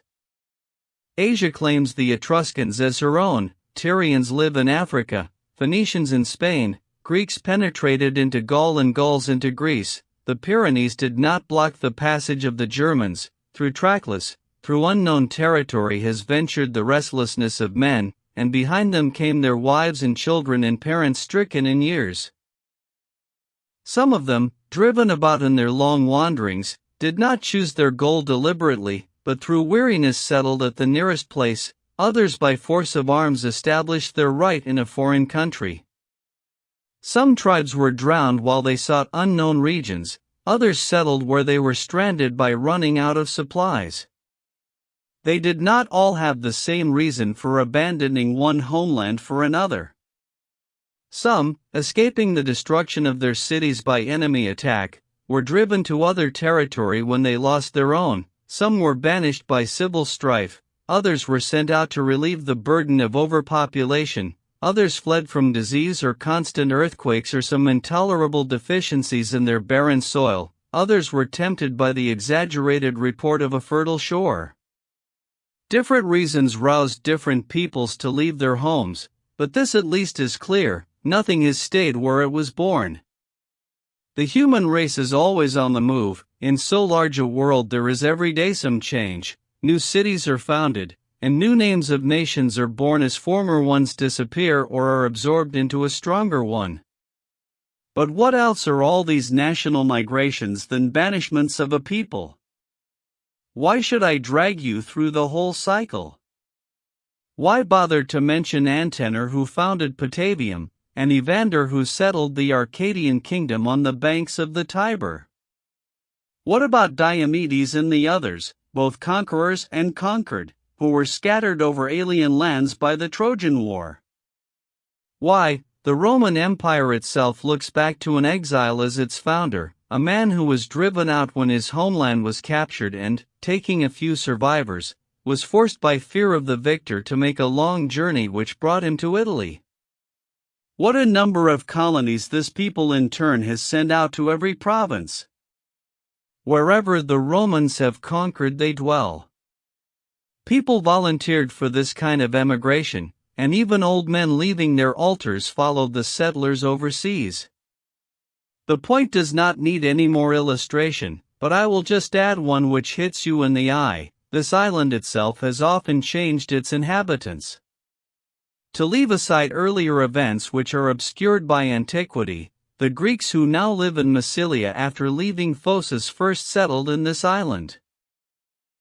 It is not clear what drove them from it, whether the harsh climate, or being in sight of the superior power of Italy, or the lack of harbors.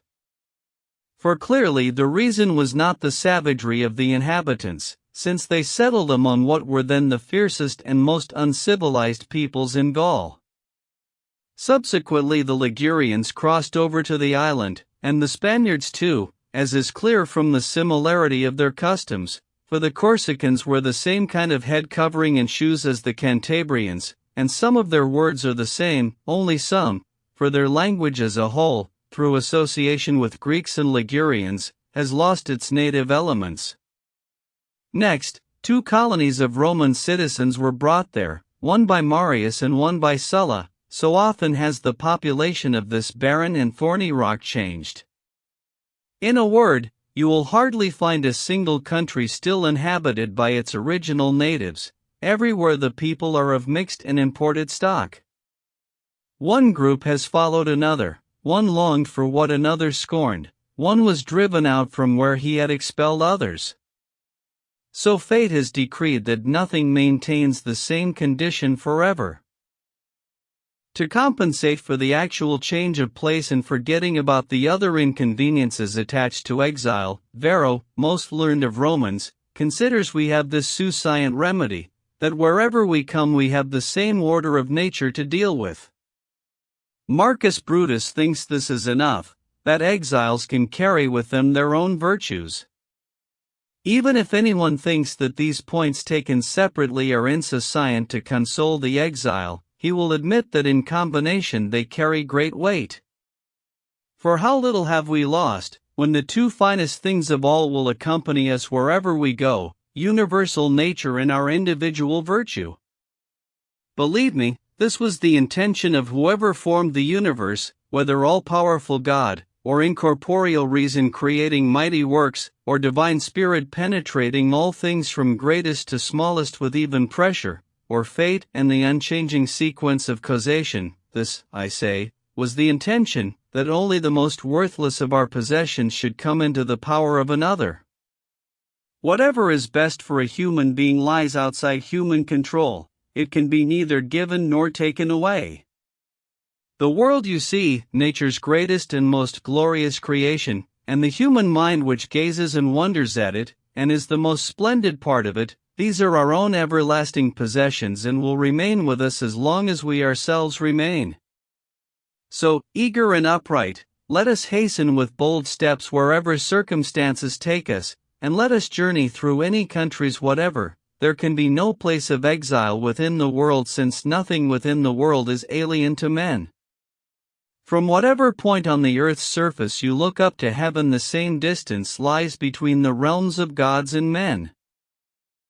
Accordingly, provided my eyes are not withdrawn from that spectacle, of which they never tire, provided I may look upon the sun and the moon and gaze at the other planets, provided I may trace their risings and settings, their periods, and the causes of their traveling faster or slower, provided I may behold all the stars that shine at night, some fixed, others not traveling far afield but circling within the same area, some suddenly shooting forth, and others dazzling the eye with scattered fire, as if they are falling, or gliding past with a long trail of blazing light, provided I can commune with these and, so far as humans may, associate with the divine, and provided I can keep my mind always directed upwards, striving for a vision of kindred things, what does it matter what ground I stand on? But this country is not fertile in lush or fruitful trees, no large and navigable rivers irrigated with their channels. It produces nothing which other nations want, being scarcely fertile enough to support its own inhabitants. No valuable marble is quarried here, no veins of gold and silver are mined. Petty is the mind which delights in earthly things. It should be led away to those things which appear everywhere equally lustrous. There is this too to consider, that earthly things stand in the way of genuine goods through a wayward belief in false goods. The longer people extend their colonnades, the higher they build their towers, the wider they stretch their walks, the deeper they dig their summer grottos, the more massively they raise the roofs of their dining halls, so much the more will there be to cut off the sight of heaven. Fate has cast you into a land where the most luxurious shelter is a hut. Truly you have a petty spirit which meanly comforts itself, if you put up with this bravely because you know about the hut of Romulus. Say rather, this humble shack gives shelter, I suppose, to the virtues. Soon it will be more elegant than any temple when justice is seen to be there, and temperance, wisdom, piety, a system for the right allotment of all duties, and the knowledge of man and God. No place is narrow which can hold this assembly of such great virtues, no exile is burdensome when you can have this company with you. In his treatise on virtue, Brutus says that he saw Marcellus in exile at Mytilene, living as happily as human nature allows, and never more keen on liberal studies than at that time. And so he adds that when he was about to return without Marcellus, he himself seemed to be going into exile rather than leaving the other in exile. How much more fortunate was Marcellus at that time when he won the favor of Brutus for his exile than when he won the favor of the state for his consulship. What a man that was who caused someone to feel himself an exile because he was leaving an exile behind. What a man he was to have won the admiration of a man whom even his kinsman Cato had to admire. Brutus also says that Gaius Caesar had sailed past Mytilene because he could not bear the sight of a great man in disgrace. Indeed, the Senate obtained his recall by public petition. They were so anxious and sorrowful that they all seemed to share Brutus' feelings on that day, and to be pleading not for Marcellus but for themselves, in case they would be exiled if deprived of him. But he achieved much more on that day when Brutus could not bear to leave, nor Caesar to see, him in exile. For both gave him testimony, Brutus grieved to return without. Marcellus and Caesar blushed. Can you doubt that Marcellus, being the great man he was, often encouraged himself thus to endure his exile with equanimity? Being without your country is not misery. You have thoroughly taught yourself by your studies to know that to a wise man every place is his country. Besides, was not the man who caused your exile himself absent from his country for 10 consecutive years? No doubt the reason was to enlarge his domains, yet he certainly was absent. See, now he is summoned to Africa, which is full of threats of further war, to Spain, which is reviving its forces shattered by defeat, to treacherous Egypt, in short to the whole world, which is watchful for an opportunity against the stricken empire. Which problem shall he face first? To which quarter take his stand? His own victorious course will drive him throughout the world. Let the nations honor and worship him. Live yourself content with Brutus as your admirer. Well did Marcellus, then, endure his exile, nor did his change of abode cause any change at all in his mind, though poverty attended it. But there is no evil in poverty, as anyone knows who has not yet arrived at the lunatic state of greed and luxury, which ruin everything. For how little is needed to support a man? And who can lack this if he has any virtue at all? As far as I am concerned, I know that I have lost not wealth but distractions.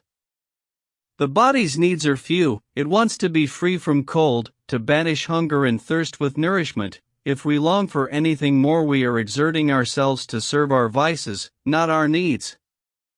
We do not need to scour every ocean, or to load our bellies with the slaughter of animals, or to pluck shellfish from the unknown shores of the furthest sea. May gods and goddesses destroy those whose luxury passes the bounds of an empire that already awakens envy. They seek to stock their pretentious kitchens by hunting beyond the Phasis, and they aren't ashamed to ask for birds from the Parthians, from whom we have not yet exacted vengeance. From all sides they collect everything familiar to a fastidious glutton. From the furthest sea is brought food which their stomachs, weakened by a voluptuous diet, can scarcely receive. They vomit in order to eat, and eat in order to vomit, and banquets for which they ransack the whole world they do not even deign to digest. If someone despises all that, what harm can poverty do him? If he longs for it, poverty even does him good, for against his will he is being cured, and if even under compulsion he does not take his medicine, for a time at least his inability to have those things looks like unwillingness.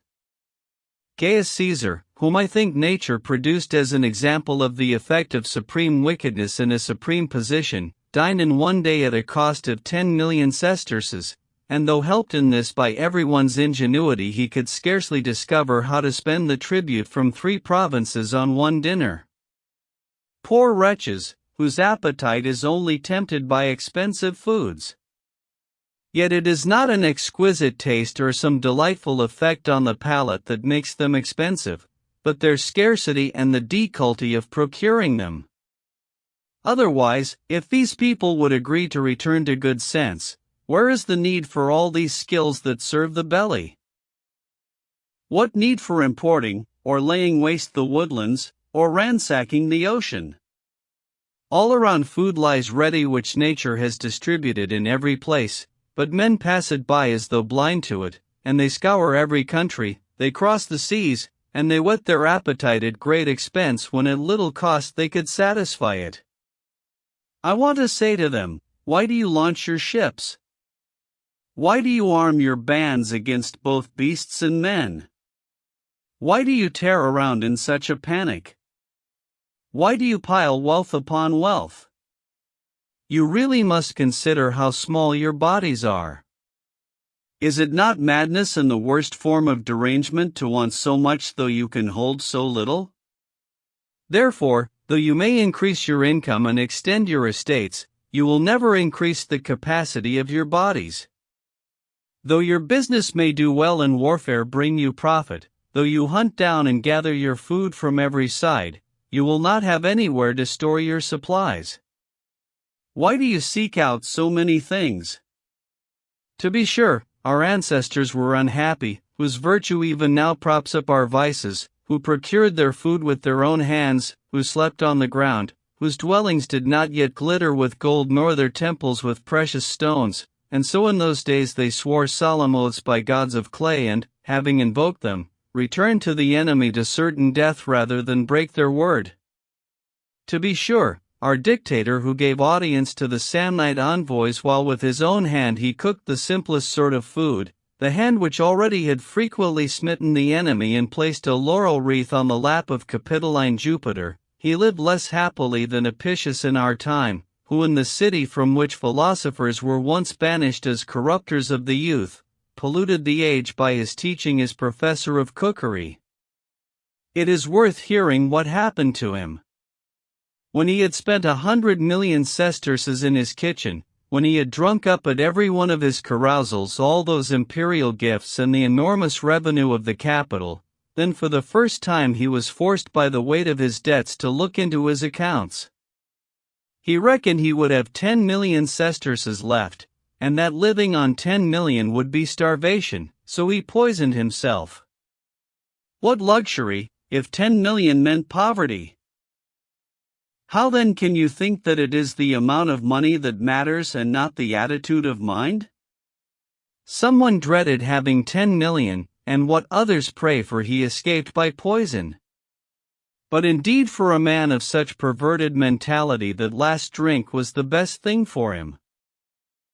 It was when he was not merely enjoying but boasting of his huge banquets, when he was making a display of his vices, when he was drawing public attention to his vulgar displays, when he was tempting young people to imitate him, who even without bad examples are naturally impressionable, then it was that he was really eating and drinking poisons. Such is the fate of those who measure wealth not by the standard of reason, whose limits are fixed, but by that of a vicious lifestyle governed by boundless, uncontrollable caprice. Nothing satisfies greed, but even a little satisfies nature. So an exile's poverty brings no hardship, for no place of exile is so barren that it cannot abundantly support a man. But, says someone, the exile is going to miss his clothes and home. These two he will miss only as far as he needs them, and he will lack neither house nor covering, for the body needs as little for protection as for food. Nature has not made any of man's essentials laborious as well. But he must have richly dyed purple clothes, woven with gold thread and decorated with multicolored patterns. It is his fault, not nature's, if he feels poor. Even if you give him back all he has lost, you'll be wasting your time, for once he is back from exile he will feel a greater lack compared with his desires than he felt as an exile compared with his former possessions. But he must have furniture gleaming with gold vessels and antique silver plate wrought by famous artists, bronze made valuable because a few lunatics want it, a crowd of slaves which would throng a house however large, beasts of burden with bodies bloated with force-feeding, marbles from every land. Though he piles all these up, they will never sate his insatiable soul, just as no amount of fluid will satisfy one whose craving arises not from lack of water but from burning internal fever. 4. That is not a thirst but a disease. Nor is this true only of money or food. The same feature is found in every desire which arises not from a lack but from a vice. However much you heap up for it will not mark the end of greed, only a stage in it.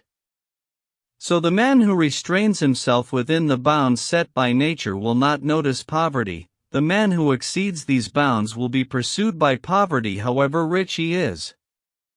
Life's necessities are found even in places of exile, superfluities not even in kingdoms.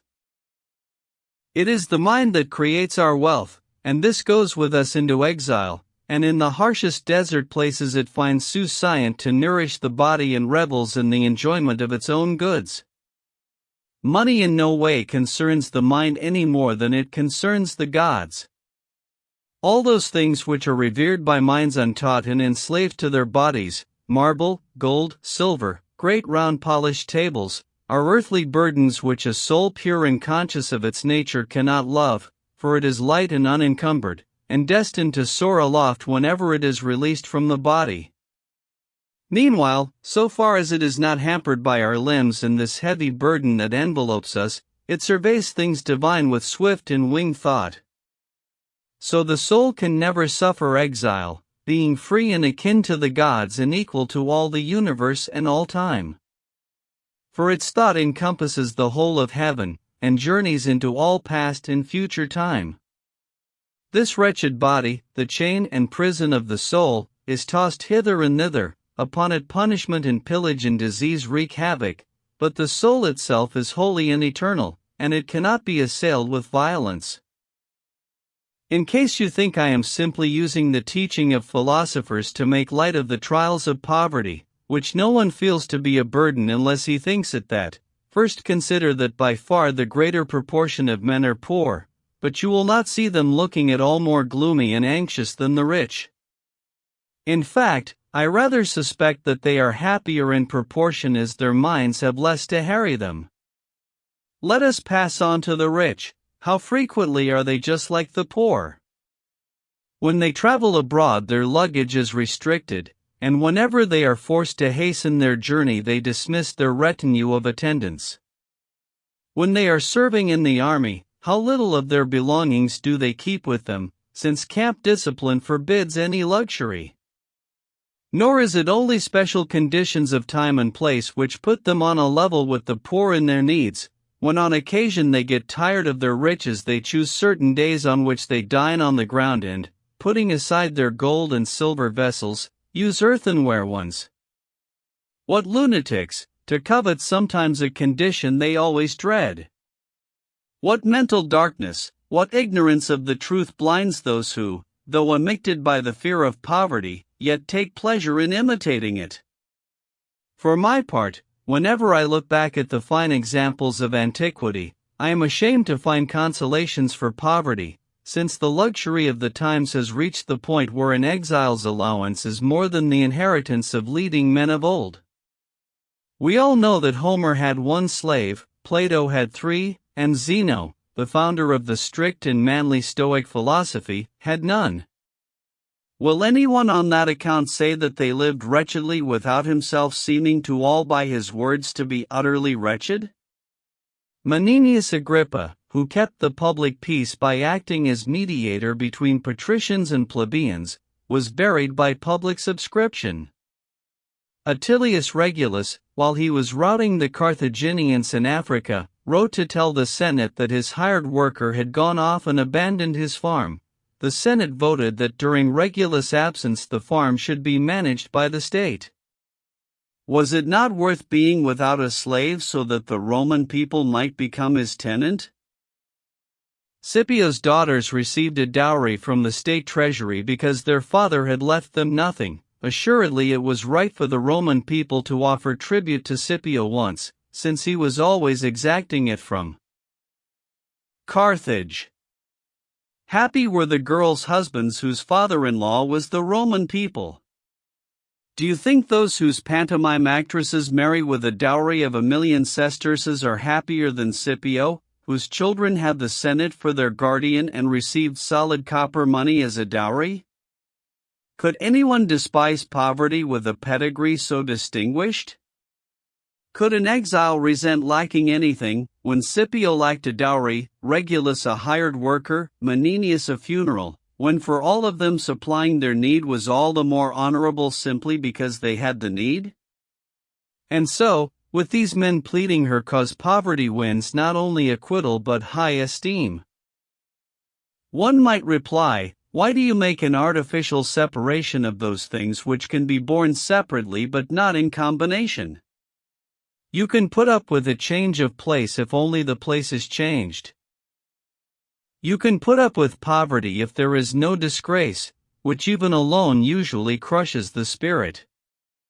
In answer to this man who aims to frighten me by an accumulation of ills, this must be said: if you have the strength to tackle any one aspect of misfortune, you can tackle all. When once virtue has toughened the mind, it renders it invulnerable on every side.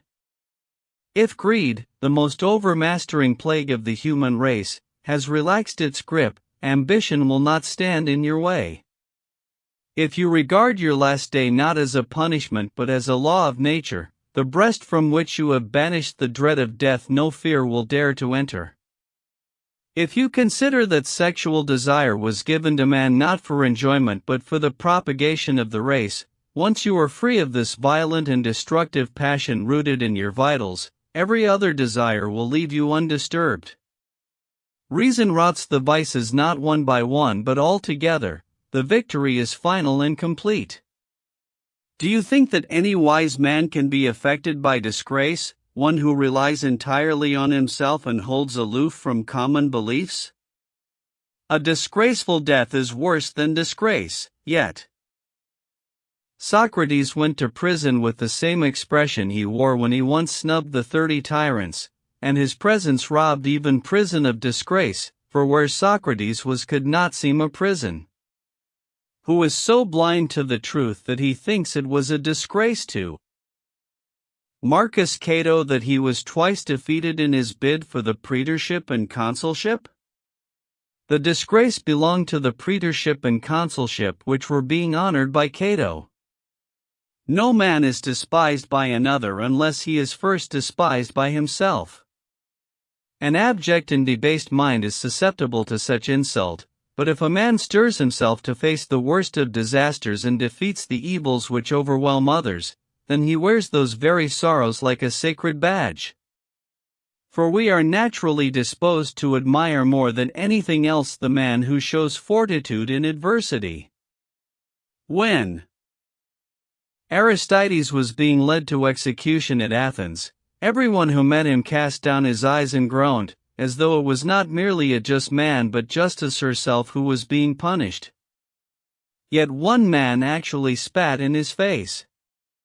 He could have resented this because he knew that only a foul-mouthed man would dare to do it. Instead he wiped his face, and with a smile he said to the magistrate escorting him, "Warn that fellow not to give such a vulgar yawn another time." This was to retaliate insult upon insult. I know some people say that nothing is worse than scorn and that even death seems preferable. To these I shall reply that exile too is often free from any kind of scorn. If a great man falls and remains great as he lies, people no more despise him than they stamp on a fallen temple, which the devout still worship as much as when it was standing. Dearest mother, since you have no cause on my account to drive you to endless tears, it follows that reasons regarding yourself are urging you to weep.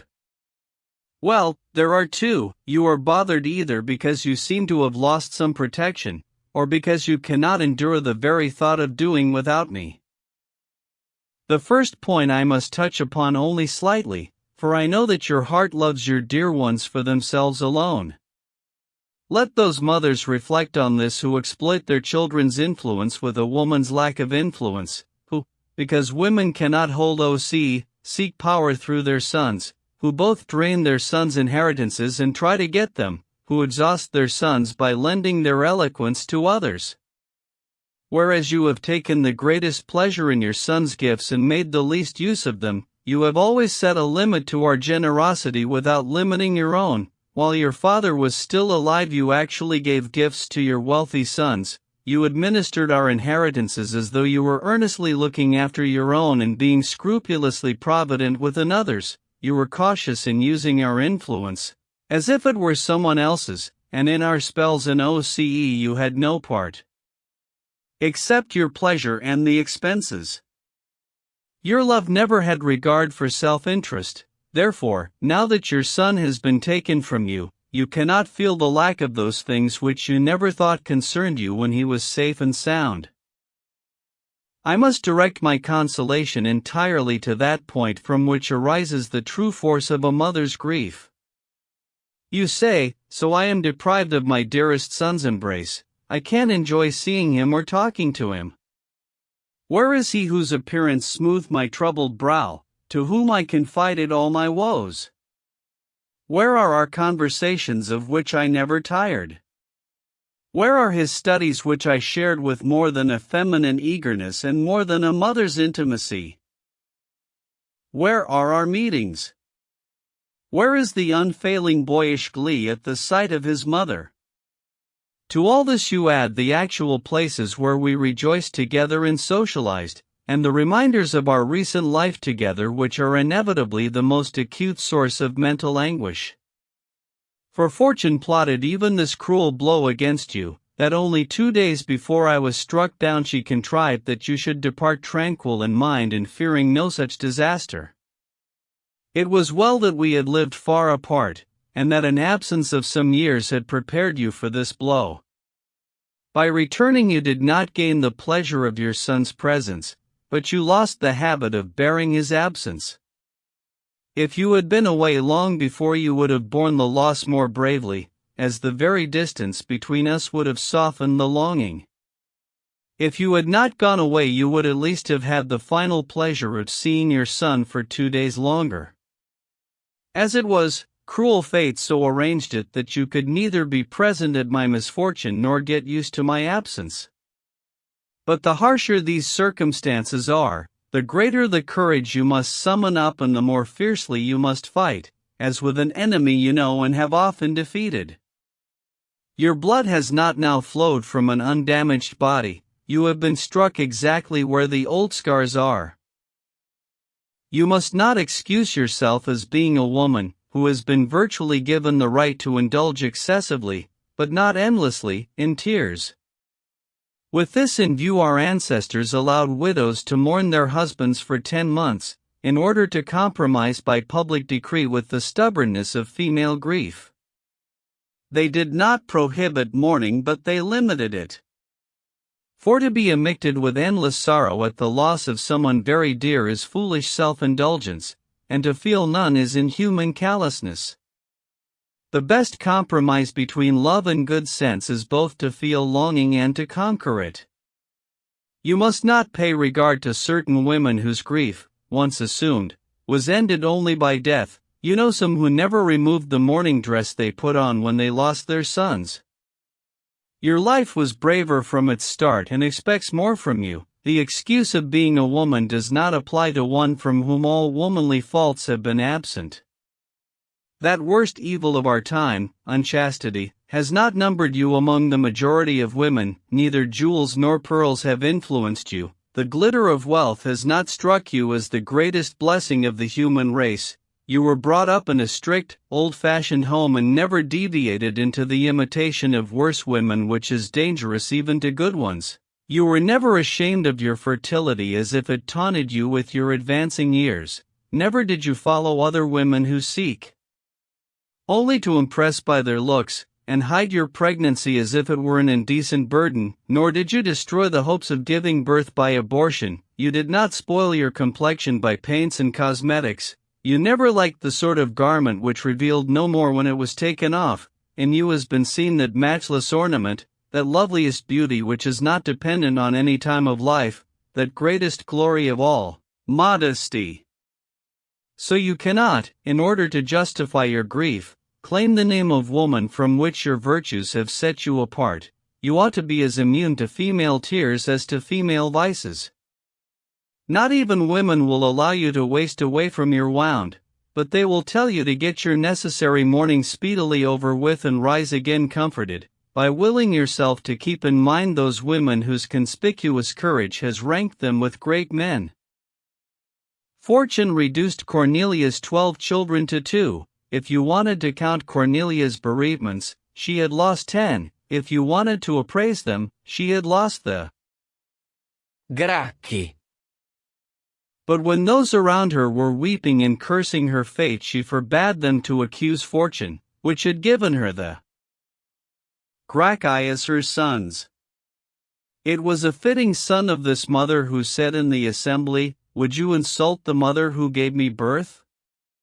Yet his mother's words seemed to me much more spirited. The son was proud of the parentage of the Gracchi, the mother of their deaths as well. Rutilia followed her son Cotta into exile, and was so single-minded in her devotion that she preferred exile to missing him, and returned home only when he did. And when, restored to favor and a distinguished public figure, he died, she bore his loss as bravely as she had shared his exile, nor was she ever seen to weep after his funeral. She showed courage when he was exiled and wisdom when he died, for nothing stopped her showing her love and nothing induced her to persist in useless and unavailing grief. It is with women like these that I want you to be numbered. You always imitated their way of life, and you will best follow their example in controlling and conquering your sorrow. I know that this is not something which is in our power and that no strong feeling is under our control, least of all that which arises from sorrow, for it is violent and violently resists every remedy. Sometimes we want to crush it and swallow down our groans, but through the pretended composure of our features the tears pour down. Sometimes we divert our mind with public shows or gladiatorial contests, but in the very midst of the distractions of the spectacles it is undermined by some little reminder of its loss. Therefore it is better to conquer our grief than to deceive it. For if it has withdrawn, being merely beguiled by pleasures and preoccupations, it starts up again and from its very respite gains force to savage us. But the grief that has been conquered by reason is calmed forever. I am not therefore going to prescribe for you those remedies which I know many people have used, that you divert or cheer yourself by a long or pleasant journey abroad, or spend a lot of time carefully going through your accounts and administering your estate, or constantly be involved in some new activity. All those things help only for a short time, they do not cure grief but hinder it. But I would rather end it than distract it. And so I am leading you to that resource which must be the refuge of all who are flying from fortune, liberal studies. They will heal your wound, they will withdraw all your melancholy. Even if you had never been familiar with them, you would have need of them now. But, so far as the old-fashioned strictness of my father allowed, you have had some acquaintance with the liberal arts, even if you have not mastered them. If only my father, best of men, had been less devoted to ancestral tradition, and had been willing that you be steeped in the teaching of philosophy and not just gain a smattering of it, you would not now have to acquire your defense against fortune but just bring it forth. He was less inclined to let you pursue your studies because of those women who use books not to acquire wisdom but as the furniture of luxury. Yet thanks to your vigorously inquiring mind you absorbed a lot considering the time you had available. The foundations of all formal studies have been laid. Return now to these studies and they will keep you safe. They will comfort you, they will delight you, and if they genuinely penetrate your mind, never again will grief enter there, or anxiety, or the distress caused by futile and pointless suffering. Your heart will have room for none of these, for to all other failings it has long been closed. Those studies are your most dependable protection, and they alone can snatch you from fortune's grip. But until you arrive at this haven which philosophy holds out to you, you must have supports to lean on, so I want meanwhile to point out your own consolations. Consider my brothers, while they live you have no reason to complain of your fortune. In both you have contrasting virtues to cheer you up. The one achieved public OCE by his energy, the other in his wisdom despised it. Take comfort in the distinction of the one, the retirement of the other, and the devotion of both. I know the innermost feelings of my brothers. The one fosters his distinction really in order to bring honor to you, while the other has retired into peace and tranquility in order to have leisure for you. Fortune has done you a service in arranging that your children should bring you both assistance and delight. You can be protected by the distinction of the one and you can enjoy the leisure of the other. They will be rivals in their services to you, and the devotion of two will fill the blank space left by one. I promise you with complete confidence that you will miss nothing but the number of sons. After these consider too your grandchildren. Marcus, a most charming child, you could not remain sorrowful while looking at him, and no one's heart could suffer anguish too great or too recent not to be soothed by his embrace. Whose tears would his merriment not allay? Whose heart gripped by anxious care would not relax at his lively chatter? Who will not smile at his playfulness? Whose attention, however fixed on his own thoughts, will not be attracted and held by that prattling which no one could tire of? I pray to the gods that he may survive us. May all the cruelty of fate wear itself out and stop at me. Whatever you were destined to suffer as a mother and as a grandmother may I represent. Let the rest of my family flourish undisturbed. I shall not complain of my childlessness or my exile, if only I prove to be the scapegoat for a family that will suffer no more. Embrace Navitilla, who will soon give you great-grandchildren. I had so attached her to myself and adopted her that in losing me she could seem an orphan, though her father is alive. Cherish her for me too. Fortune recently took away her mother, but your love will mean that she will only grieve over her mother's loss but not suffer for it. Now you must shape and compose her character. Teaching sinks more deeply into those of impressionable years. Let her grow used to your conversation and be molded as you think right. You will be giving her a great deal even if you give her only your example. Such a sacred duty as this will act as a cure for you, for only philosophy or honorable occupation can divert from its anguish a heart whose grief springs from love. I would reckon your father too among your great comforts if he were not absent. As it is, you must now judge his love for you by your love for him, and you will realize how much more just it is for you to preserve yourself for him than sacrifice yourself for me. Whenever excessive grief attacks you and urges you to give way to it, think of your father. Certainly, by giving him so many grandchildren and great-grandchildren you cease to be his only offspring, but for him the completion of a happy life depends on you. While he lives it is wrong for you to complain that you have lived. Up to now I have said nothing about your greatest comfort, your sister, that heart most faithful to you into which are poured unreservedly all your anxieties, that soul which has been a mother to us all. You mingled your tears with hers, on her bosom you first began to breathe again. Always indeed she shares your feelings, but in my case she grieves not only for you. She carried me in her arms to Rome. During my long illness it was her loving and motherly nursing that brought me round. When I was a candidate for the quaestorship she supported me and, though she normally lacked the confidence even for conversation or a loud greeting, for my sake love conquered shyness.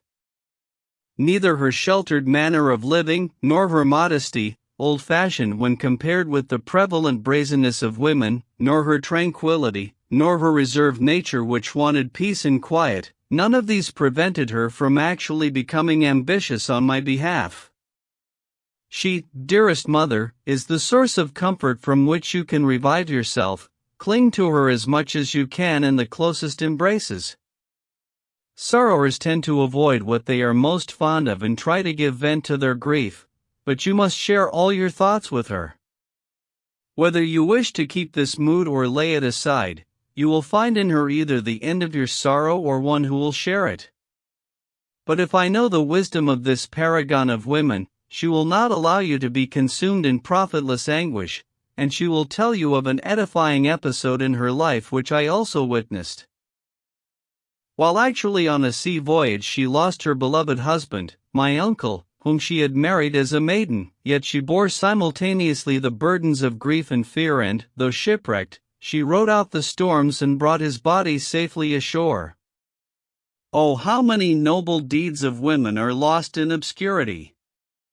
If she had chanced to live in the days of old when people frankly admired heroism, how men of genius would have competed to sing the praises of a wife who ignored her physical weakness, ignored the sea which even the bravest must fear, and risked her life to give her husband burial, and while her thoughts were on his funeral had no fears about her own. All the poets have given renown to the woman who offered to die in place of her husband. But this is nobler, to risk one's life to bury one's husband, for that love is greater which wins less through equal danger. After this it can surprise no one that during the 16 years her husband governed Egypt she was never seen in public, she received no provincial into her home, she never petitioned her husband for a favor, and she never allowed herself to be petitioned. The result was that a province given to gossip and clever at insulting its rulers, where even those who had avoided wrongdoing did not escape scandal, respected her as a singular pattern of integrity, restrained all license in its speech, a very deculted achievement where even dangerous witticisms are popular, and even to this day keeps hoping, though it never expects, to see another like her. It would have been a great achievement if she had won the approval of the province for 16 years, it was even better not to have been noticed there. I do not recall these things in order to list her good qualities, to rehearse them so sketchily as to be unfair to them, but to give you an idea of the high-mindedness of the woman who was not conquered by ambition or greed, those inevitable companions in curses of power, who, facing shipwreck on a disabled boat, was not deterred by the fear of death from clinging to her dead husband and seeking not the means of her own escape but the means of getting his body off for burial. This is the sort of courage you must match, by withdrawing your mind from grief and resolving that no one shall think you regret having had children. However, whatever you do, inevitably your thoughts will turn to me constantly, and none of your other children will come to your mind more often, not because they are less dear to you but because it is natural to touch more often the part that hurts. So this is how you must think of me, happy and cheerful as if in the best of circumstances. For they are best, since my mind, without any preoccupation, is free for its own tasks, now delighting in more trivial studies, now in its eagerness for the truth rising up to ponder its own nature and that of the universe. It seeks to know first about lands and their location, then the nature of the encompassing sea and its tidal ebb and flow. Then it studies all the awesome expanse which lies between heaven and earth, this nearer space turbulent with thunder, lightning, gales of wind, and falling rain, snow and hail. Finally, having scoured the lower areas it bursts through to the heights and enjoys the noblest sight of divine things and, mindful of its own immortality, it ranges over all that has been and will be throughout all ages. On tranquility of mind. Serenus asterisk. When I looked into myself, Seneca, some of my vices appeared clearly on the surface, so that I could lay my hand on them, some were more hidden away in the depths, some were not there all the time but return at intervals. These last I would say are the most troublesome, they are like prowling enemies who pounce on you when occasion offers, and allow you neither to be at the ready as in war nor at ease as in peace. However, the state I most find myself in, for why should I not admit the truth to you as to a doctor, is that I am not really free of the vices which I feared and hated, though not, on the other hand, subject to them. This puts me in a condition which is not the worst, but an extremely peevish and quarrelsome one. I am neither ill nor well. There is no need for you to say that all virtues are fragile to start with and acquire firmness and strength with time. I know too that those which toil to make a good impression, seeking high rank, for example, and a reputation for eloquence, and whatever depends on the approval of others, take time to mature, both those which offer real strength and those which are tricked out in some sort of die aimed at popularity have to wait years until the passage of time gradually produces their color. But I'm afraid that habit, which induces firmness in things, may drive this fault more deeply into me. Long association brings love of evil as well as good. I cannot show all at once so much as bit by bit the nature of this mental weakness, which wavers between two choices and does not incline strongly either to right or to wrong. I'll tell you what happens to me and you can find a name for the malady. I have a tremendous love of frugality, I must admit. I don't like a couch decked out ostentatiously, or clothes brought out from a chest or given a sheen by the forceful pressure of weights and 1,000 mangles, but homely and inexpensive, and not hoarded to be donned with fuss and bother. I like food which is not prepared and watched over by the household slaves, not ordered many days in advance nor served by a multitude of hands, but readily obtainable and easy to deal with, nothing in it out of the way or expensive, available everywhere, not heavy on the purse or the body, and not destined to come back by the same way it entered.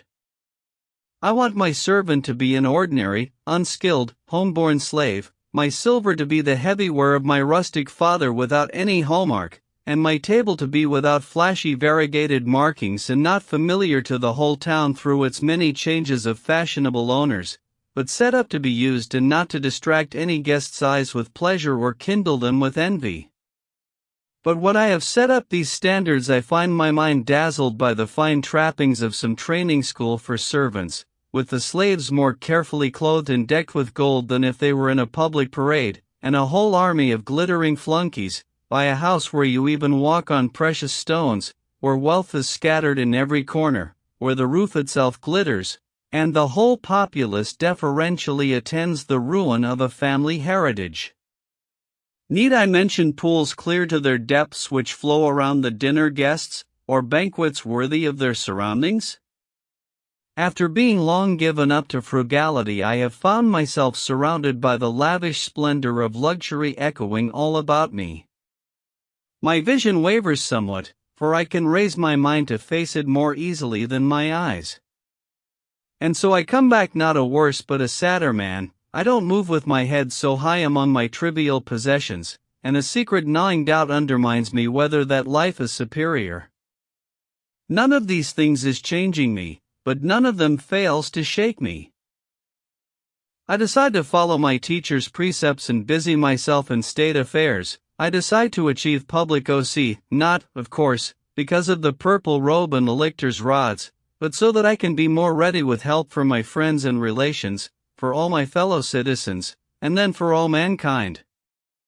Enthusiastically I follow Zeno, Cleanthes, Chrysippus, of whom, by the way, none entered public life and all urged others to do so. But when something has assailed my mind, which is not used to being battered, when something has happened which either is unworthy of me, a common experience in every human life, or cannot easily be dealt with, when unimportant things become time-consuming, I take refuge in leisure and, just like weary flocks of animals, I make my way more quickly home. I decide to restrict my life within its walls, saying, let no one rob me of a single day who is not going to make me an adequate return for such a loss. Let my mind be fixed on itself, cultivate itself, have no external interest, nothing that seeks the approval of another. Let it cherish the tranquility that has no part in public or private concerns.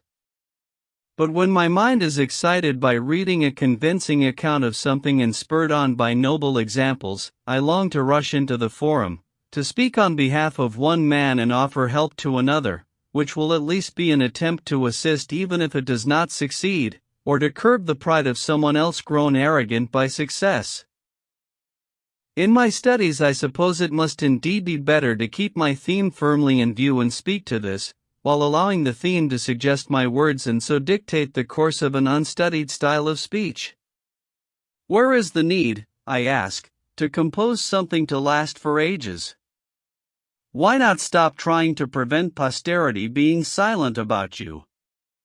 You were born to die, and a silent funeral is less bothersome. So if you must fill your time, write something in a simple style for your own use and not for publication. Less toil is needed if you study only for the day. Again, when my mind is lifted up by the greatness of its thoughts, it becomes ambitious for words and longs to match its higher inspiration with its language, and so produces a style that conforms to the impressiveness of the subject matter. Then it is that I forget my rule and principle of restraint, and I am carried too far aloft by a voice no longer my own. To cut the matter short, this weakness in my good intentions pursues me in every sphere. I fear that I am gradually getting worse, or, which is more worrying, that I am hanging on an edge like someone always on the point of falling, and that perhaps there is more wrong than I myself can see, for we take too intimate a view of our own characteristics, and bias always affects our judgment. I imagine many people could have achieved wisdom if they had not imagined they had already achieved it, if they had not dissembled about some of their own characteristics and turned a blind eye to others. For you have no reason to suppose that we come to grief more through the flattery of others than through our own. Who has dared to tell himself the truth? Who, even when surrounded by crowds of toadying sycophants, is not his own greatest flatterer? So, I am appealing to you, if you have any cure for this vacillation of mind, to consider me worthy of owing tranquility to you. I realize that these mental agitations of mine are not dangerous and won't produce a storm. To express my complaint for you in a realistic metaphor, I am harried not by a tempest but by seasickness. Whatever my ailment, then, root it out and come to the help of one who is struggling in sight of land. Seneca, indeed, Serenus, I have long been silently asking myself to what I should compare such a mental state, and I could find no closer analogy than the condition of those people who have got over a long and serious illness, but are still sometimes mildly affected by onsets of fever and pain, and even when free of the last symptoms are still worried and upset, and, though quite better, offer their hands to doctors and needlessly complain if they feel at all hot. With these people, Serenus, it is not that their bodies are insouciantly healed but that they are insouciantly used to health, just as even a calm sea will show some ripples, especially when it has subsided following a storm. So what you need is not those more radical remedies which we have now finished with, blocking yourself here, being angry with yourself there, threatening yourself sternly somewhere else, but the final treatment, confidence in yourself and the belief that you are on the right path, and not led astray by the many tracks which cross yours of people who are hopelessly lost, though some are wandering not far from the true path. But what you are longing for is great and supreme and nearly divine, not to be shaken. The Greeks call this steady firmness of mind euthymia. Democritus wrote a good treatise about it, but I call it tranquility, as there is no need to imitate and reproduce the form of Greek words. The point at issue must be indicated by some term which should have the sense but not the form of the Greek name. We are, therefore, seeking how the mind can follow a smooth and steady course, well disposed to itself, happily regarding its own condition and with no interruption to this pleasure, but remaining in a state of peace with no ups and downs. That will be tranquility. Let us consider in general how this can be achieved. You will then extract what you like from the communal remedy. Meanwhile, the whole failing must be dragged out into the open, where everyone will recognize his own share in it. At the same time, you will realize how much less trouble you have with your self-revulsion than those people who, tied to some specious declaration and laboring under an impressive title, are stuck with their own pretense more by shame than by desire. They are all in the same category, both those who are afflicted with fickleness, boredom, and a ceaseless change of purpose, and who always yearn for what they have left behind, and those who just yawn from apathy. There are those too who toss around like insomniacs, and keep changing their position until they find rest through sheer weariness. They keep altering the condition of their lives, and eventually stick to that one in which they are trapped not by weariness with further change but by old age which is too sluggish for novelty. There are those too who suffer not from moral steadfastness but from inertia, and so lack the fickleness to live as they wish, and just live as they have begun. In fact, there are innumerable characteristics of the malady, but one effect, dissatisfaction with oneself. This arises from mental instability and from fearful and unfulfilled desires, when men do not dare or do not achieve all they long for, and all they grasp at is hope. They are always unbalanced and fickle, an inevitable consequence of living in suspense. They struggle to gain their prayers by every path, and they teach and force themselves to do dishonorable and deculpable things, and when their efforts are unrewarded the fruitless disgrace tortures them, and they regret not the wickedness but the frustration of their desires. Then they are gripped by repentance for their attempt and fear of trying again, and they are undermined by the restlessness of a mind that can discover no outlet, because they can neither control nor obey their desires, by the dithering of a life that cannot see its way ahead, and by the lethargy of a soul stagnating amid its abandoned hopes. All these immixtions are worse when, through hatred of their toilsome failure, men have retreated into idleness and private studies which are unbearable to a mind aspiring to public service, keen on activity, and restless by nature because of course it is short of inner resources. In consequence, when the pleasures have been removed which busy people derive from their actual activities, the mind cannot endure the house, the solitude, the walls, and hates to observe its own isolation. From this arises that boredom and self-dissatisfaction, that turmoil of a restless mind and gloomy and grudging endurance of our leisure, especially when we are ashamed to admit the reasons for it, and our sense of shame drives the agony inward, and our desires are trapped in narrow bounds without escape and stifle themselves. From this arise melancholy and mourning and 1,000 vacillations of a wavering mind, buoyed up by the birth of hope and sickened by the death of it. From this arises the state of mind of those who loathe their own leisure and complain that they have nothing to do, and the bitterest envy at the promotion of others. For unproductive idleness nurtures malice, and because they themselves could not prosper they want everyone else to be ruined. Then from this dislike of others' success and despair of their own, their minds become enraged against fortune, complain about the times, retreat into obscurity, and brood over their own sufferings until they become sick and tired of themselves. For the human mind is naturally mobile and enjoys activity. Every chance of stimulation and distraction is welcome to it, even more welcome to all those inferior characters who actually enjoy being worn out by busy activity. There are certain bodily sores which welcome the hands that will hurt them, and long to be touched, and a fowlitch loves to be scratched. In the same way I would say that those minds on which desires have broken out like horrid sores take delight in toil and aggravation.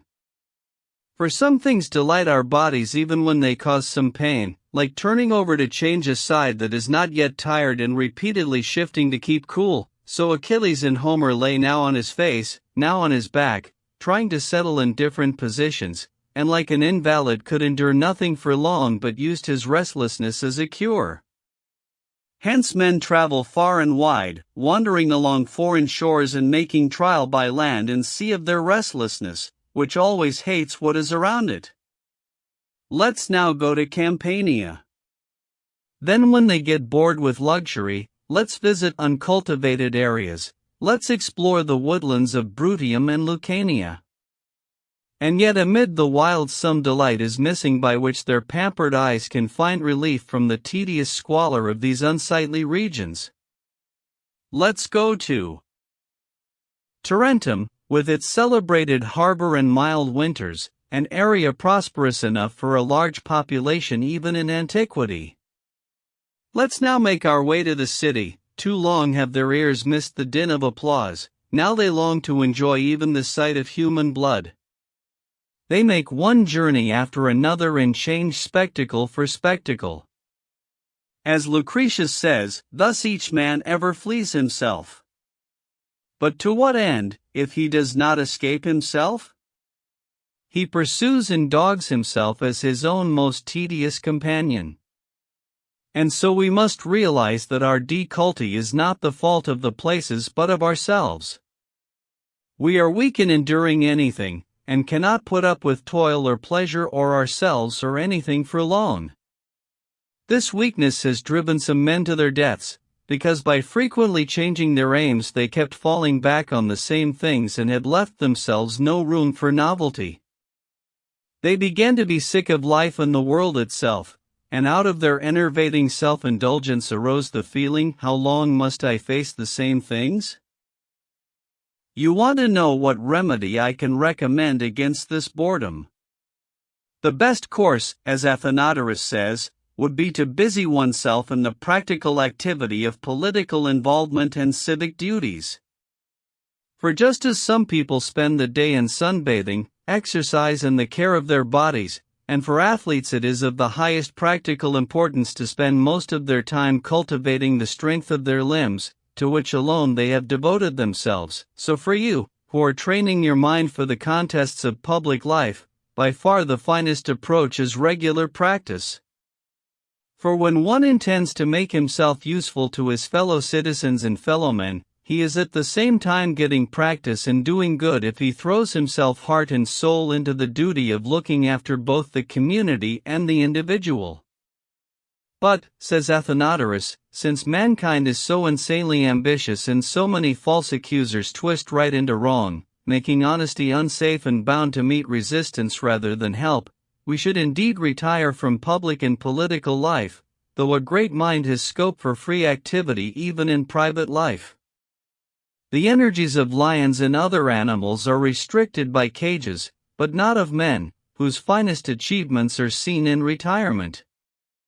However, let a man seclude himself on condition that, wherever he conceals his leisure, he is prepared to serve both individuals and all mankind by his intellect, his words, and his counsel. Service to the state is not restricted to the man who produces candidates for OCE, defends people in court, and votes for peace and war, the man who teaches the young, who instills virtue into their minds, and we have a great shortage of good teachers, who grips and restrains those who are rushing madly after wealth and luxury, and if nothing more at least delays them, he too is doing a public service, though in private life.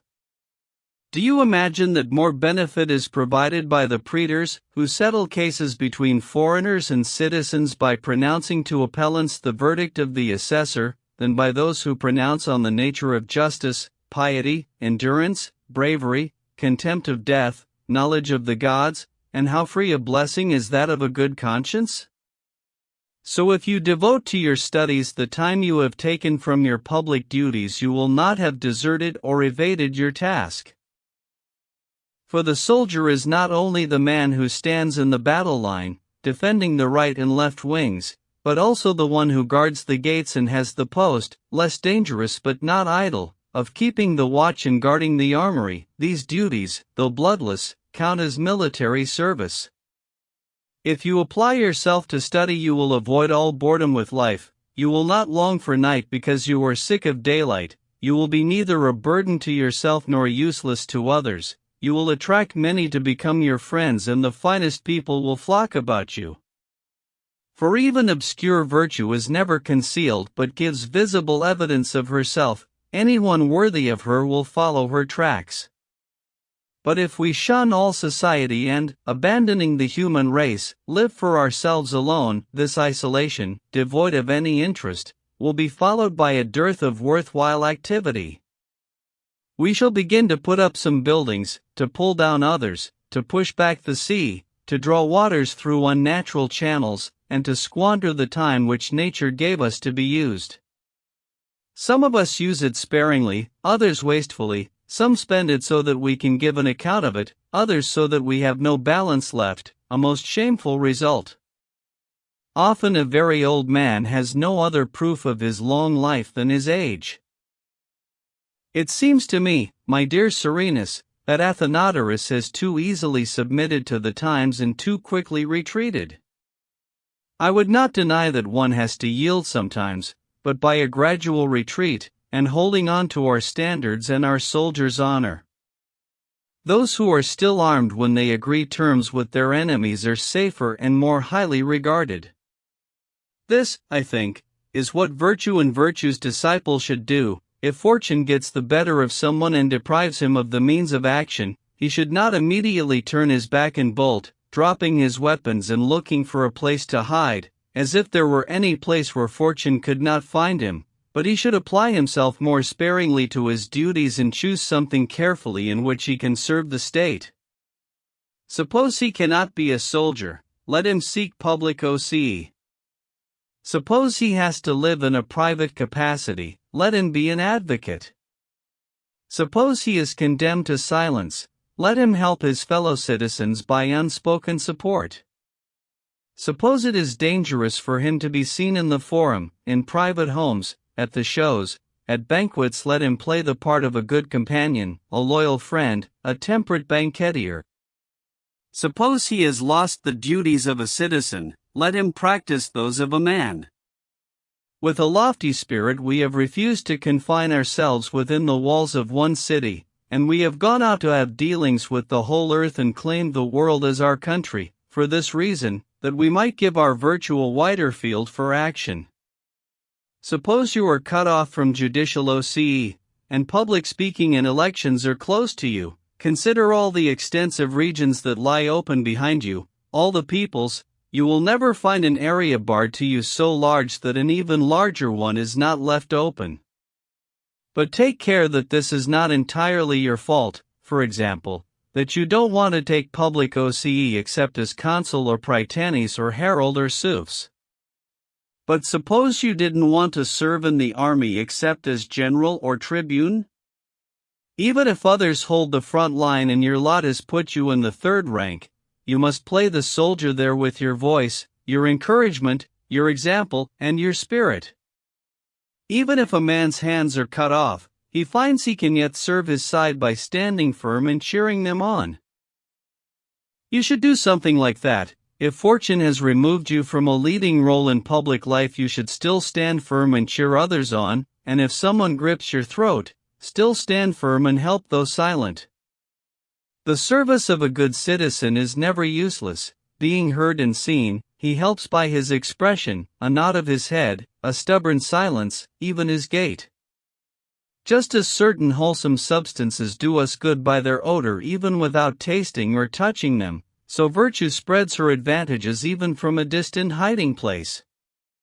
Whether she walks abroad about her legitimate business, or appears on sufferance and is forced to furl her sails, whether she is confined, inactive and dumb, within a narrow space, or fully visible, in any condition at all she does good service. Why do you think that a man living in honorable retirement cannot offer a valuable example? Much the best course, therefore, is to combine leisure with some activity whenever a fully energetic life is impossible owing to the hindrances of chance or the state of the country, for you will never find absolutely every roadblock to some form of honorable activity. Can you find a more wretched city than Athens when she was being torn apart by the 30 tyrants? Having killed 1,300 of the best citizens, they did not stop at that, but their very savagery spurred itself on. In a city which contained the Areopagus, a law court of the highest sanctity, and a senate and a popular assembly resembling a senate, there met daily a sinister group of executioners, and the unfortunate senate house was crowded with tyrants. Could that state be at peace where there were as many tyrants as attendants? There could not even be a hope of recovering their liberty nor any obvious chance of retaliation against such powerful villains, for where could the poor country find enough men like Harmodius? Yet Socrates was in the thick of it. He comforted the gloomy city fathers, encouraged those who were despairing of the state, reproached the rich who now feared their own wealth for a tardy repentance of their dangerous greed, and to those willing to imitate him he was a walking inspiration, as he moved about, a free spirit among 30 masters. Yet this was the man that Athens herself put to death in prison, and freedom could not bear the freedom of the man who had openly scoffed at a whole troop of tyrants. So you can understand both that in a state suffering disaster the wise man has the opportunity to show an influential presence, and that in a successful and prosperous state money grubbing, envy and 1,000 other unmanly vices reign supreme. Therefore, according to the disposition of the state and the liberty fortune allows us, we shall either extend or contract our activities, but at all events we shall stir ourselves and not be gripped and paralyzed by fear. He indeed will prove a man who, threatened by dangers on all sides, with arms and chains clattering around him, will neither endanger nor conceal his courage, for self-preservation does not entail suppressing oneself. Truly, I believe, Curius Dentatus used to say that he preferred real death to living death, for the ultimate horror is to leave the number of the living before you die. But if you happen to live at a time when public life is hard to cope with, you will just have to claim more time for leisure and literary work, seek a safe harbor from time to time as if you were on a dangerous voyage, and not wait for public life to dismiss you but voluntarily release yourself from it first. However, we must take a careful look first at ourselves, then at the activities which we shall be attempting, and then at those for whose sake and with whom we are attempting them. Above all, it is essential to appraise oneself, because we usually overestimate our capabilities. One man comes to grief through trusting his eloquence, another makes more demands on his fortune than it can stand, another taxes his frail body with laborious work. Some men are too shy for politics, which require a bold appearance, some through brashness are not fitted for court life, some cannot restrain their anger and any feeling of annoyance drives them to reckless language, some cannot control their wit and refrain from smart but dangerous sallies.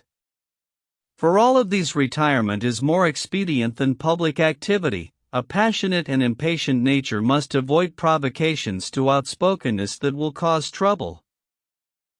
Then we must appraise the actual things we are attempting and match our strength to what we are going to undertake. For the performer must always be stronger than his task. Loads that are too heavy for the bearer are bound to overwhelm him. Moreover, certain tasks are not so much great as prolific in producing many other tasks. We must avoid those which give birth in turn to new and manifold activities, and not approach something from which we cannot easily withdraw. You must set your hands to tasks which you can finish or at least hope to finish, and avoid those which get bigger as you proceed and do not cease where you had intended. We must be especially careful in choosing people, and deciding whether they are worth devoting a part of our lives to them, whether the sacrifice of our time makes a difference to them. For some people actually charge us for our services to them. Athenodorus says he would not even go to dinner with a man who did not thereby feel indebted to him. I suppose you realize how much less inclined he was to visit those who repay their friends' services with a meal, and count the courses as largesses, as if they were overdoing the honor paid to another. Take away their witnesses and spectators and there is no fun in private gormandizing. You must consider whether your nature is more suited to practical activity or to quiet study and reflection, and incline in the direction your natural faculty and disposition take you. Isocrates forcibly pulled Ephorus away from the forum, thinking he would be better employed in writing history. Inborn dispositions do not respond well to compulsion, and we labor in vain against nature's opposition. But nothing delights the mind so much as fond and loyal friendship.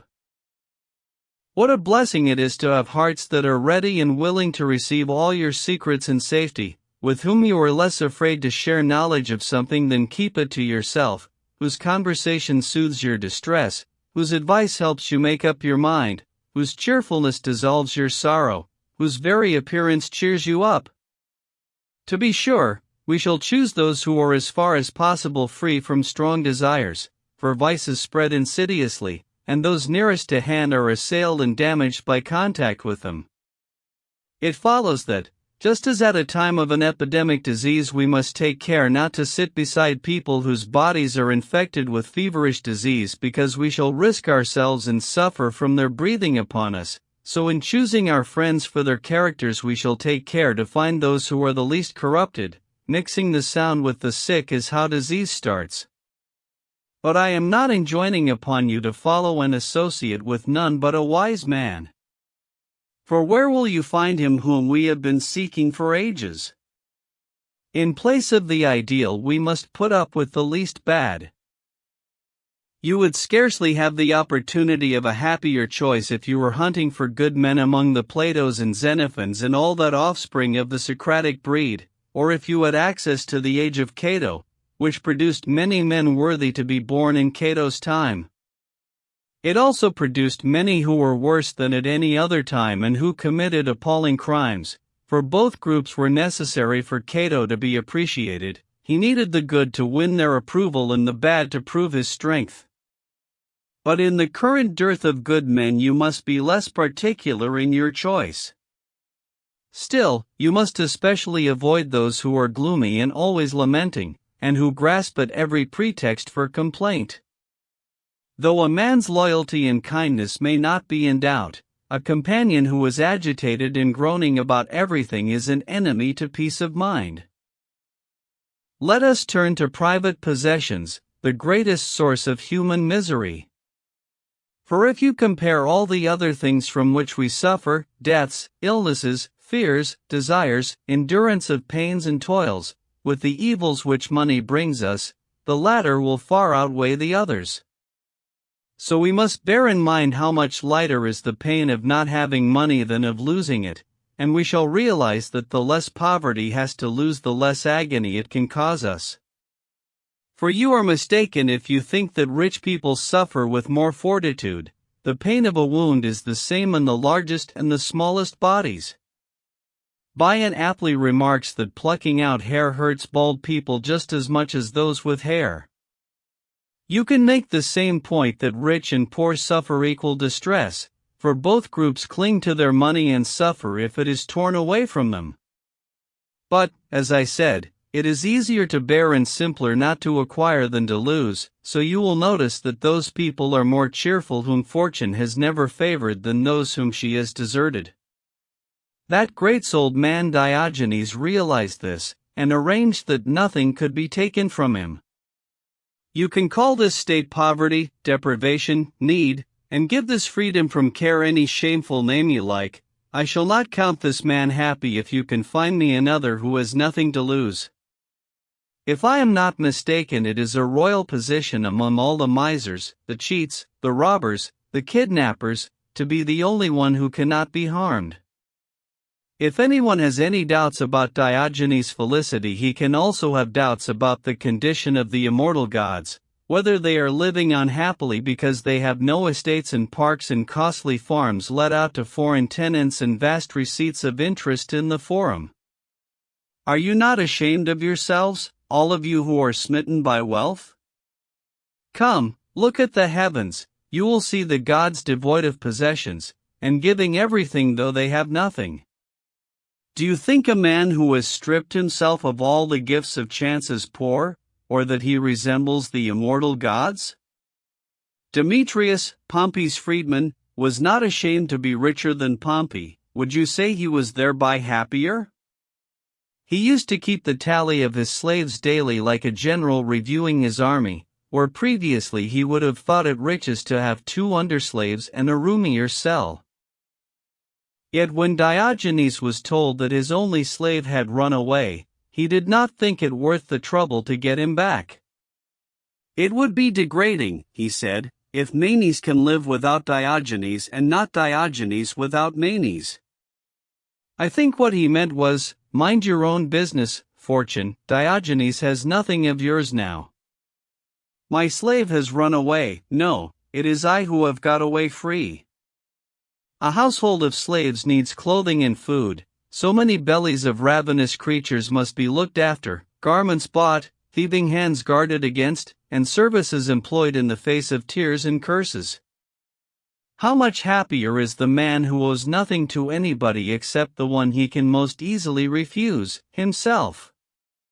But since we have not such strength of will, we must at least curtail our possessions, so we may be less exposed to the blows of fortune. Men's bodies are better fitted for warfare if they can be compressed into their armor than if they bulge out of it and by their very bulk are exposed on every side to wounds. So the ideal amount of money is that which neither falls within the range of poverty nor far exceeds it. Moreover, we shall be satisfied with this limit if we previously practice thrift, without which no amount of wealth is enough, and no amount is not ample enough, especially as a remedy is to hand, and poverty can itself turn to riches by practicing economy. Let us get used to banishing ostentation, and to measuring things by their qualities of function rather than display. Let food banish hunger and drink banish thirst, let sex indulge its needs, let us learn to rely on our limbs, and to adjust our style of dress and our way of living not to the newfangled patterns but to the customs of our ancestors. Let us learn to increase our self-restraint, to curb luxury, to moderate ambition, to soften anger, to regard poverty without prejudice, to practice frugality, even if many are ashamed of it, to apply to nature's needs the remedies that are cheaply available, to curb as if in fetters unbridled hopes and a mind obsessed with the future, and to aim to acquire our riches from ourselves rather than from fortune. It is not possible that all the manifold and unfair disasters of life can be so repelled that many storm winds will not still assail those who spread their sails ambitiously. We must restrict our activities so that fortune's weapons miss their mark, and for that reason exiles and calamities have proved to benefit us and greater disasters have been mended by lesser ones. When the mind is less amenable to instruction and cannot be cured by milder means, why should it not be helped by having a dose of poverty and disgrace and general ruin, dealing with evil by evil? So let us get used to dining without a mass of people, to being slave to fewer slaves, to acquiring clothes for their proper purpose, and to living in more restricted quarters. Not only in running and the contests of the circus, but in this race course of our lives we must keep to the inner track. Even in our studies, where expenditure is most worthwhile, its justification depends on its moderation. What is the point of having countless books and libraries whose titles the owner could scarcely read through in his whole lifetime?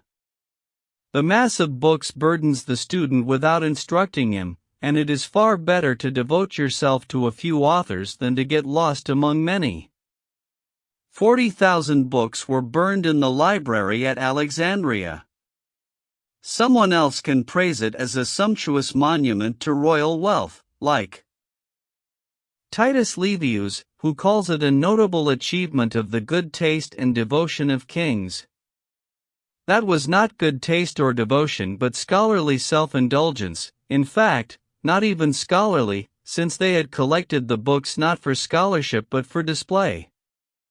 In the same way you will find that many people who lack even elementary culture keep books not as tools of learning but as decoration for their dining rooms. So we should buy enough books for use, and none just for embellishment. But this, you say, is a more honorable expense than squandering money on Corinthian bronzes and on pictures. But excess in any sphere is reprehensible. How can you excuse a man who collects bookcases of citron wood and ivory, amasses the works of unknown or third-rate authors, and then sits yawning among all his thousands of books and gets most enjoyment out of the appearance of his volumes and their labels? Thus you will see that the idlest men possess sets of orations and histories, with crates piled up to the ceiling, for nowadays an elegant library too has joined hot and cold baths as an essential adornment for a house.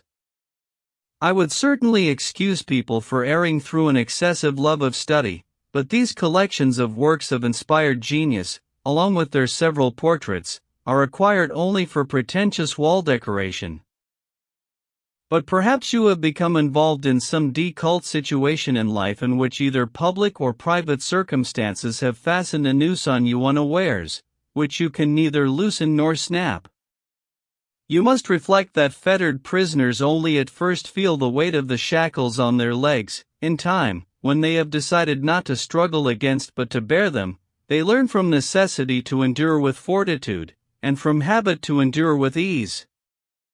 In any situation in life you will find delights and relaxations and pleasures if you are prepared to make light of your troubles and not let them distress you. In no respect has nature put us more in her debt, since, knowing to what sorrows we were born, she contrived habit to soothe our disasters, and so quickly makes us grow used to the worst ills. No one could endure lasting adversity if it continued to have the same force as when it first hit us.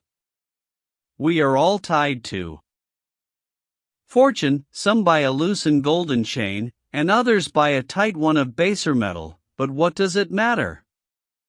We are all held in the same captivity, and those who have bound others are themselves in bonds, unless you think perhaps that the left-hand chain is lighter.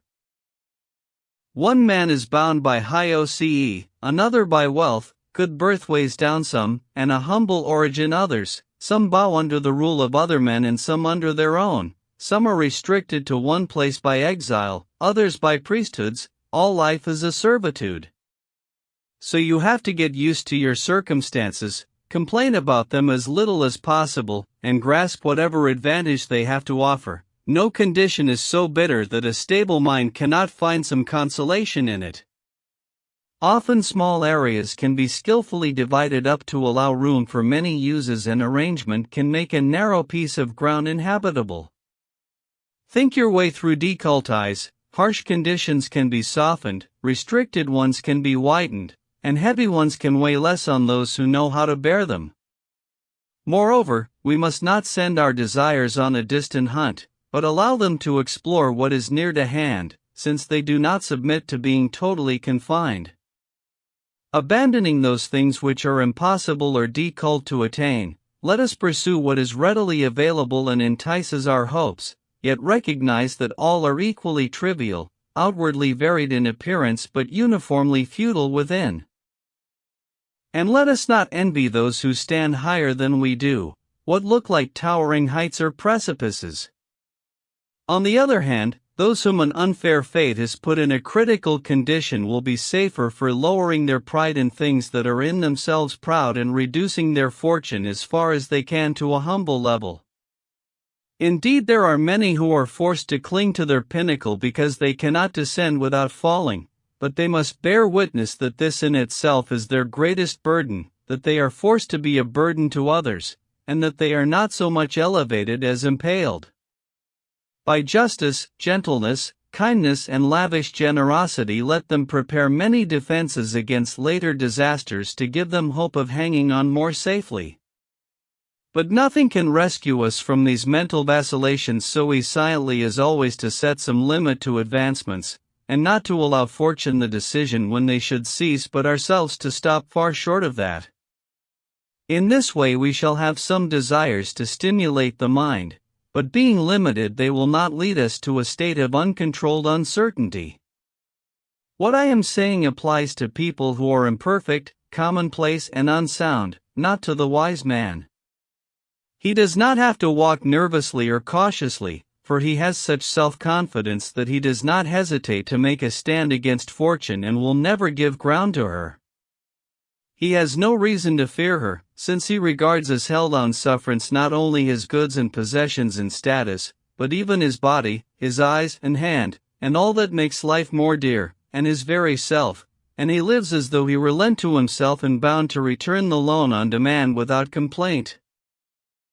Nor is he thereby cheap in his own eyes because he knows he is not his own, but he will act in all things as carefully and meticulously as a devout and holy man guards anything entrusted to him. And whenever he is ordered to repay his debt he will not complain to fortune, but he will say, "I thank you for what I have possessed and held. I have looked after your property to my great benefit, but at your command I give and yield it with gratitude and goodwill." If you want me still to have anything of yours, I shall keep it safe. If you wish otherwise, I give back and restore to you my silver, both coin and plate, my house and my household. Should nature demand back what she previously entrusted to us, we shall say to her too, take back my spirit in better shape than when you gave it. I do not quibble or hang back. I am willing for you to have straightway what you gave me before I was conscious. Take it. What is the harm in returning to the point whence you came? He will live badly who does not know how to die well. So we must first strip off the value we set on this thing and reckon the breath of life as something cheap. To quote Cicero, we hate gladiators if they are keen to save their life by any means. We favor them if they openly show contempt for it.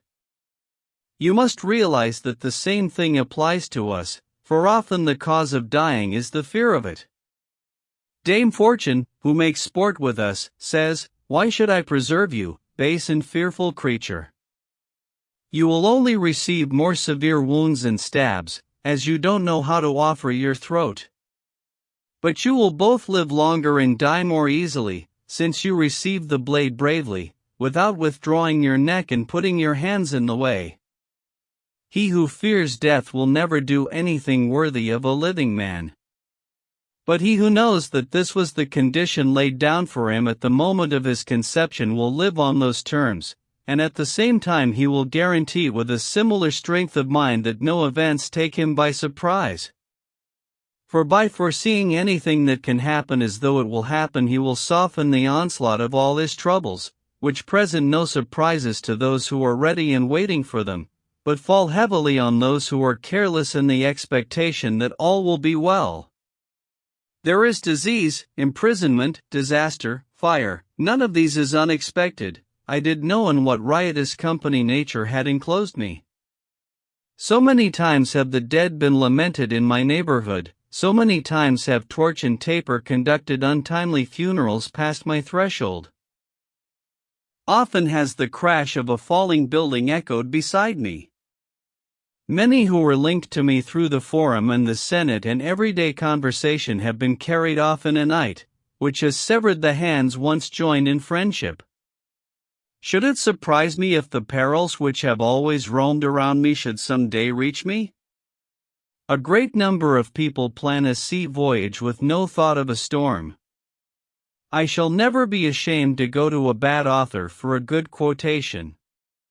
Whenever Publilius abandoned the absurdities of the mime and language aimed at the gallery, he showed more force of intellect than the writers of tragedy and comedy, and he produced many thoughts more striking than those of tragedy, let alone farce, including this one: what can happen to one can happen to all. If you let this idea sink into your vitals, and regard all the ills of other people, of which every day shows an enormous supply, as having a clear path to you too, you will be armed long before you are attacked. It is too late for the mind to equip itself to endure dangers once they are already there.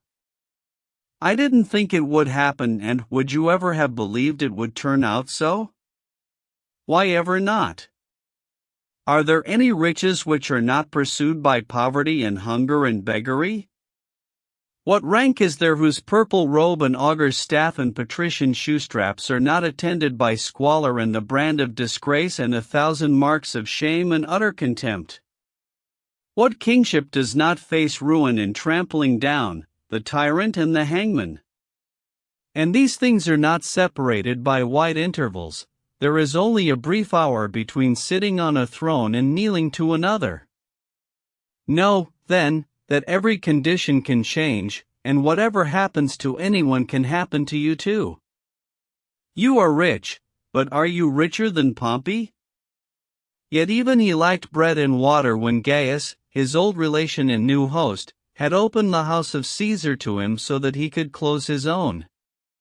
Though he possessed so many rivers flowing from source to mouth in his own lands, he had to beg for drops of water. He died of hunger and thirst in a kinsman's palace, and while he starved his heir was organizing a state funeral for him. You have filled the highest OCES. Were they as high or unexpected or all-embracing as Sejanus had? Yet on the same day the Senate escorted him to prison and the people tore him to pieces, and there was nothing left for the executioner to drag away of the man who had had everything heaped on him that gods and men could offer. You are a king, I shall not direct you to Croesus, who lived to see his own funeral pyre both lit and extinguished, thus surviving not only his kingdom but his own death, nor to Jugurtha, who was put on show to the Roman people within a year of causing them terror. We have seen Ptolemy, king of Africa, and Mithridates, king of Armenia, imprisoned by Gaius. One of them was sent into exile, the other hoped to be sent there in better faith. In all this topsy-turvy succession of events, unless you regard anything that can happen as bound to happen, you give adversity a power over you which the man who sees it first can crush. The next thing to ensure is that we do not waste our energies pointlessly or in pointless activities, that is, not to long either for what we cannot achieve or for what, once gained, only makes us realize too late and after much exertion the futility of our desires.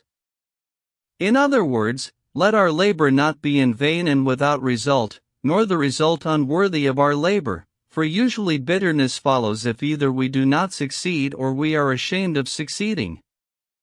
We must cut down on all this dashing about that a great many people indulge in, as they throng around houses and theaters and fora, they intrude into other people's affairs, always giving the impression of being busy.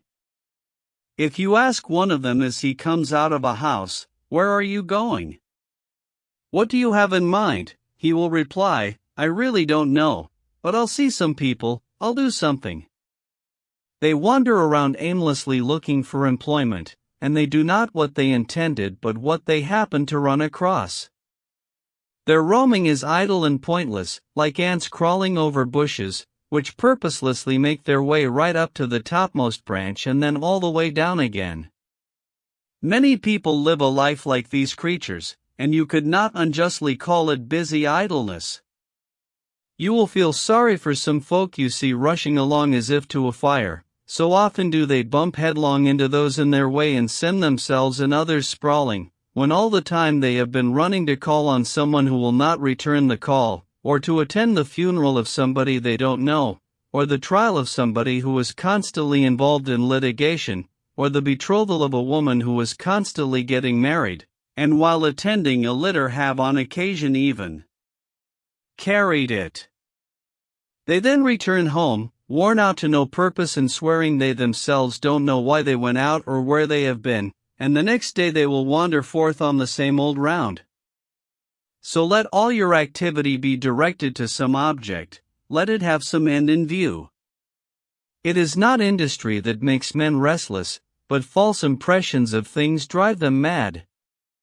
For even madmen need some hope to stir them. The outward show of some object excites them because their deluded mind cannot detect its worthlessness. In the same way every individual among those who wander forth to swell a crowd is led round the city by empty and trivial reasons. Dawn drives him forth with nothing to do, and after he has been jostled in vain on many men's doorsteps and only succeeds in greeting their slave announcers, shut out by many he finds no one at home with more difficulty than himself.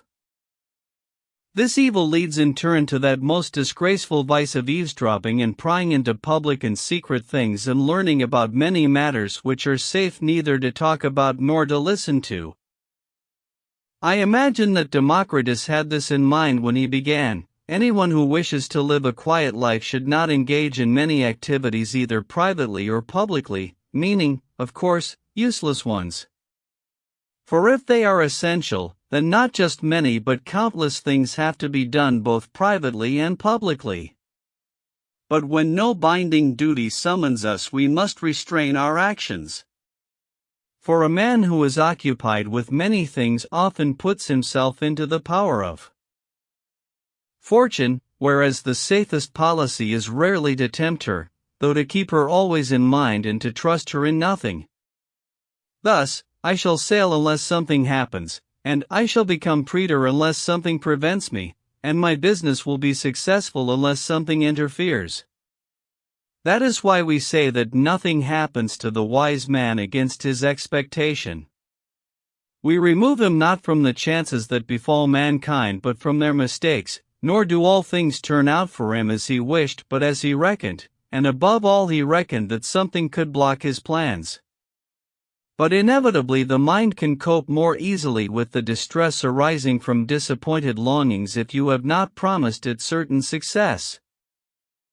We should also make ourselves flexible, so that we do not pin our hopes too much on our set plans, and can move over to those things to which chance has brought us, without dreading a change in either our purpose or our condition, provided that fickleness, that fault most inimical to tranquility, does not get hold of us.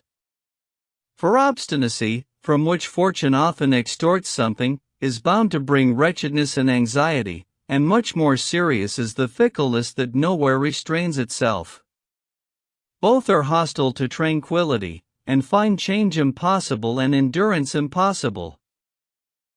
In any case, the mind must be recalled from external objects into itself. It must trust in itself, rejoice in itself, admire its own things. It must withdraw as much as possible from the affairs of others and devote its attention to itself.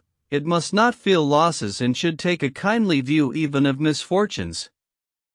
When a shipwreck was reported and he heard that all his possessions had sunk, our founder Zeno said, "Fortune bids me be a less encumbered philosopher."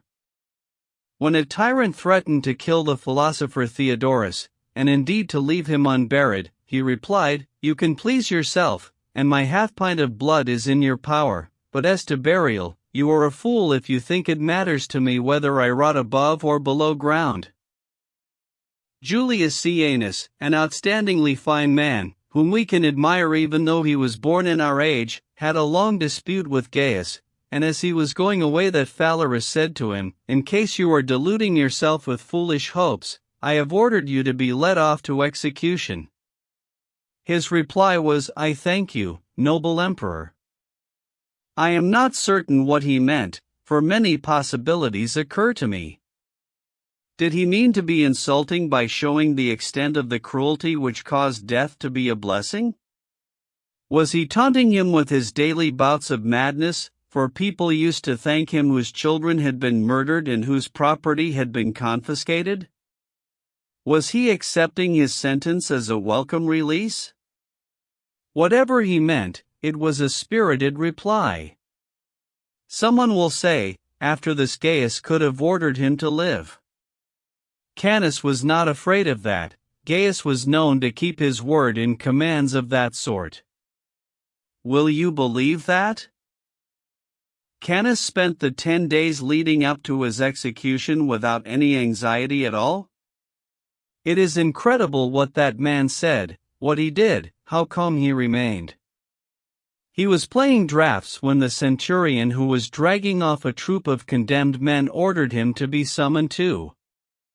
At the call he counted his pieces and said to his companion, "See that you don't falsely claim after my death that you won." Then, nodding to the centurion, he said, "You will be witness that I am leading by one piece." Do you think Canis was just enjoying his game at that board? He was enjoying his irony. His friends were sorrowful at the prospect of losing such a man, and he said to them, "Why are you sad? You are wondering whether souls are immortal. I shall soon know." He did not cease searching for the truth right up to the end and making his own death a topic for discussion. His philosophy teacher went with him, and when they were not far from the mound on which our god Caesar received his daily offering, he said, "Canis, what are you thinking about now? What is your state of mind?" Canis replied, "I have decided to take note whether in that most fleeting moment the spirit is aware of its departure from the body," and he promised that if he discovered anything he would visit his friends in turn and reveal to them the state of the soul. Just look at that serenity in the midst of a hurricane, that spirit worthy of immortality, which invokes its own fate to establish the truth, and in that very last phase of life questions the departing soul and seeks to learn something not only up to the time of death but from the very experience of death itself. no one ever pursued philosophy longer. So great a man will not quickly be relinquished, and he should be referred to with respect. Glorious spirit, who swelled the roll of gayest victims, we shall ensure your immortality. But there is no point in banishing the causes of private sorrow, for sometimes we are gripped by a hatred of the human race.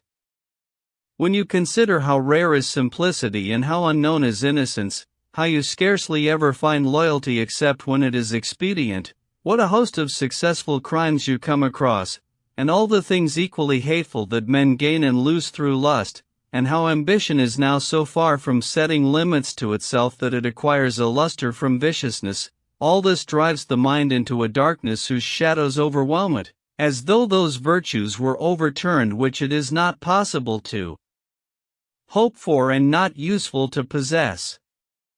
We must therefore school ourselves to regard all commonly held vices as not hateful but ridiculous, and we should imitate Democritus rather than Heraclitus. For whenever these went out in public, the latter used to weep and the former to laugh. The latter thought all our activities sorrows, the former follies. So we should make light of all things and endure them with tolerance. It is more civilized to make fun of life than to bewail it. Bear in mind too that he deserves better of the human race as well who laughs at it than he who grieves over it, since the one allows it a fair prospect of hope, while the other stupidly laments over things he cannot hope will be put right.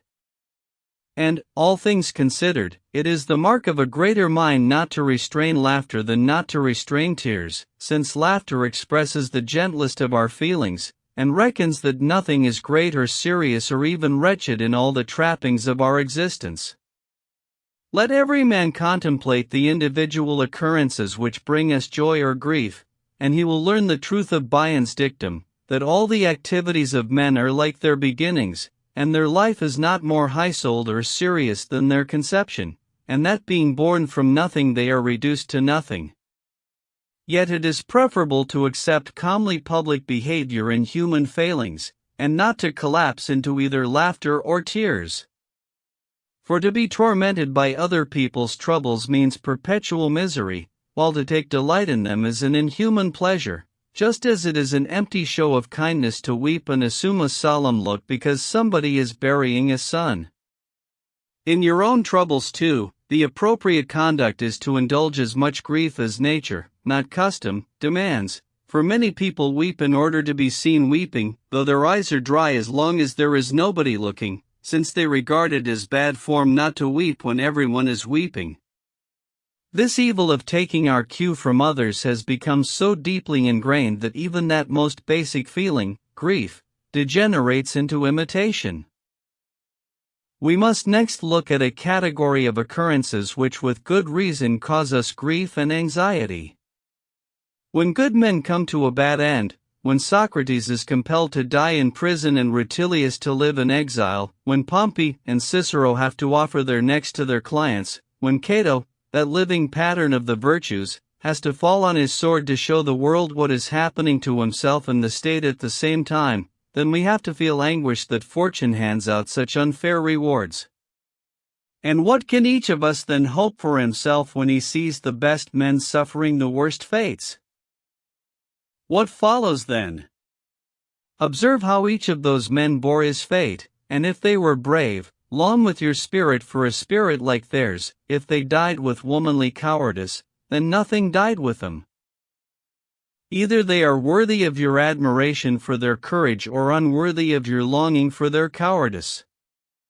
For what is more disgraceful than if supremely great men by dying bravely make others fearful? Let us repeatedly praise one who deserves praise, and let us say, the braver one is, the happier he is. You have escaped all mischances, envy and disease, you have come forth from prison, not that you seem to the gods worthy of ill fortune, but unworthy that fortune should any longer have power over you. But we have to lay hands on those who pull back and at the very point of death look back towards life. I shall weep for no one who is happy and for no one who is weeping. The one has himself wiped away my tears, the other by his own tears has proved himself unworthy of any. Should I weep for Hercules because he was burned alive, or Regulus because he was pierced by all those nails, or Cato because he wounded his own wounds? All of them by giving up a brief spell of time found the way to become eternal, and by dying achieved immortality. There is also another not inconsiderable source of anxieties. If you are too concerned to assume a pose and do not reveal yourself openly to anyone, like many people whose lives are false and aimed only at outward show. For it is agonizing always to be watching yourself in fear of being caught when your usual mask has slipped. Nor can we ever be carefree when we think that whenever we are observed we are appraised, for many things happen to strip us of our pretensions against our will, and even if all this attention to oneself succeeds, yet the life of those who always live behind a mask is not pleasant or free from care. On the contrary, how full of pleasure is that honest and naturally unadorned simplicity that in no way hides its disposition. Yet this life too runs a risk of being scorned if everything is revealed to everybody, for with some people familiarity breeds contempt. But there is no danger of virtue being held cheap as a result of close observation, and it is better to be despised for simplicity than to suffer agonies from everlasting pretense. Still, let us use moderation here. There is a big difference between living simply and living carelessly. We should also withdraw a lot into ourselves, for associating with people unlike ourselves upsets a calm disposition, stirs up passions again, and aggravates any mental weakness which has not been completely cured. However, the two things must be mingled and varied. Solitude in joining a crowd, the one will make us long for people and the other for ourselves, and each will be a remedy for the other. Solitude will cure our distaste for a crowd, and a crowd will cure our boredom with solitude. The mind should not be kept continuously at the same pitch of concentration, but given amusing diversions. Socrates did not blush to play with small children, Cato soothed his mind with wine when it was tired from the cares of state, and Scipio used to disport the triumphal and military form in the dance, not shumming about delicately in the present style, when even in walking men mince and wriggle with more than effeminate voluptuousness, but in the old-fashioned, manly style in which men danced at times of games and festivals, without loss of dignity even if their enemies were watching them. Our minds must relax, they will rise better and keener after a rest. Just as you must not force fertile farmland, as uninterrupted productivity will soon exhaust it, so constant effort will sap our mental vigor, while a short period of rest and relaxation will restore our powers. Unremitting effort leads to a kind of mental dullness and lethargy. Nor would men's wishes move so much in this direction if sport and play did not involve a sort of natural pleasure, though repeated indulgence in these will destroy all the gravity and force of our minds. After all, sleep too is essential as a restorative, but if you prolong it constantly day and night it will be death. There is a big difference between slackening your hold on something and severing the link. Lawgivers established holidays to give people a public mandate to enjoy themselves, thinking it necessary to introduce a sort of balance into their labors, and, as I said, certain great men gave themselves monthly holidays on fixed days, while others divided every day into periods of leisure and work. I remember that this was the practice of the great orator Asinius Pollio, whom nothing kept at work after the 10th hour. After that time he would not even read his letters, in case something fresh cropped up to be dealt with, but in those 2 hours he would rid himself of the weariness of the whole day. Some take a break in the middle of the day and keep any less demanding task for the afternoon hours. Our ancestors also forbade any new motion to be introduced in the Senate after the 10th hour. The army divides the watches, and those who are returning from an expedition are exempt from night duty. We must indulge the mind and from time to time allow it the leisure which is its food and strength. We must go for walks out of doors, so that the mind can be strengthened and invigorated by a clear sky and plenty of fresh air. At times it will acquire fresh energy from a journey by carriage and a change of scene, or from socializing and drinking freely. Occasionally we should even come to the point of intoxication, sinking into drink but not being totally flooded by it, for it does wash away cares, and stirs the mind to its depths, and heals sorrow just as it heals certain diseases. Liber was not named because he loosens the tongue, but because he liberates the mind from its slavery to cares, emancipates it, invigorates it, and emboldens it for all its undertakings. But there is a healthy moderation in wine, as in liberty. Solon and Arcesilas are thought to have liked their wine, and Cato has been accused of drunkenness. Whoever accused him will more easily make the charge honorable than Cato disgraceful. But we must not do this often, in case the mind acquires a bad habit, yet at times it must be stimulated to rejoice without restraint, and austere soberness must be banished for a while. For whether we agree with the Greek poet that sometimes it is sweet to be mad, or with Plato that a man sound in mind knocks in vain at the doors of poetry, or with Aristotle that no great intellect has been without a touch of madness, only a mind that is deeply stirred can utter something noble and beyond the power of others. When it has scorned everyday and commonplace thoughts and risen aloft on the wings of divine inspiration, only then does it sound a note nobler than mortal voice could utter.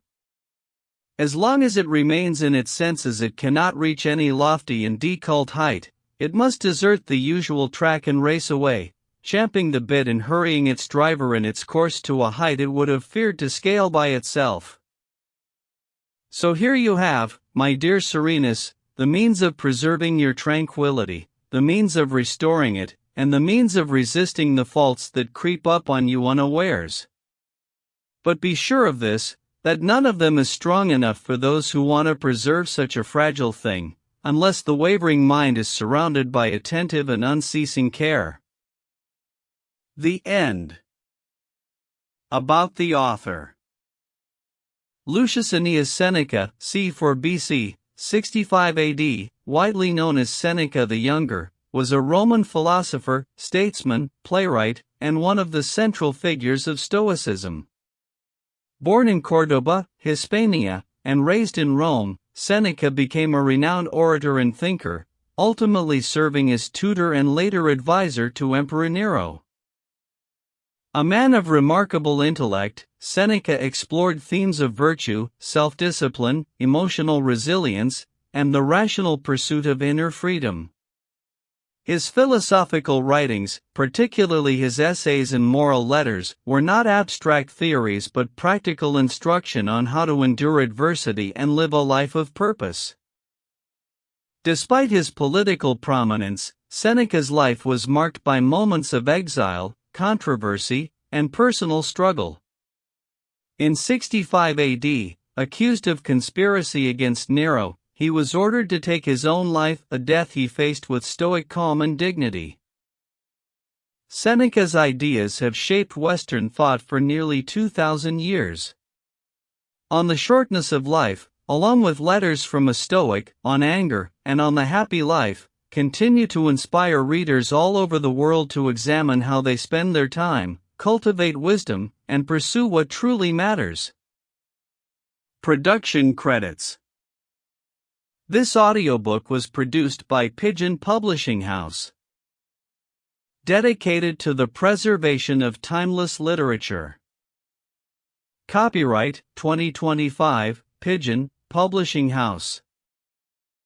All rights to the narration and audio production are reserved. Unauthorized reproduction or distribution is prohibited. Pigeon Publishing House is an independent label dedicated to public domain works. Public domain text used with attribution. Pigeon Publishing House presented. On the Shortness of Life. Author, Seneca. Thank you for listening to this audiobook. We hope you enjoyed it.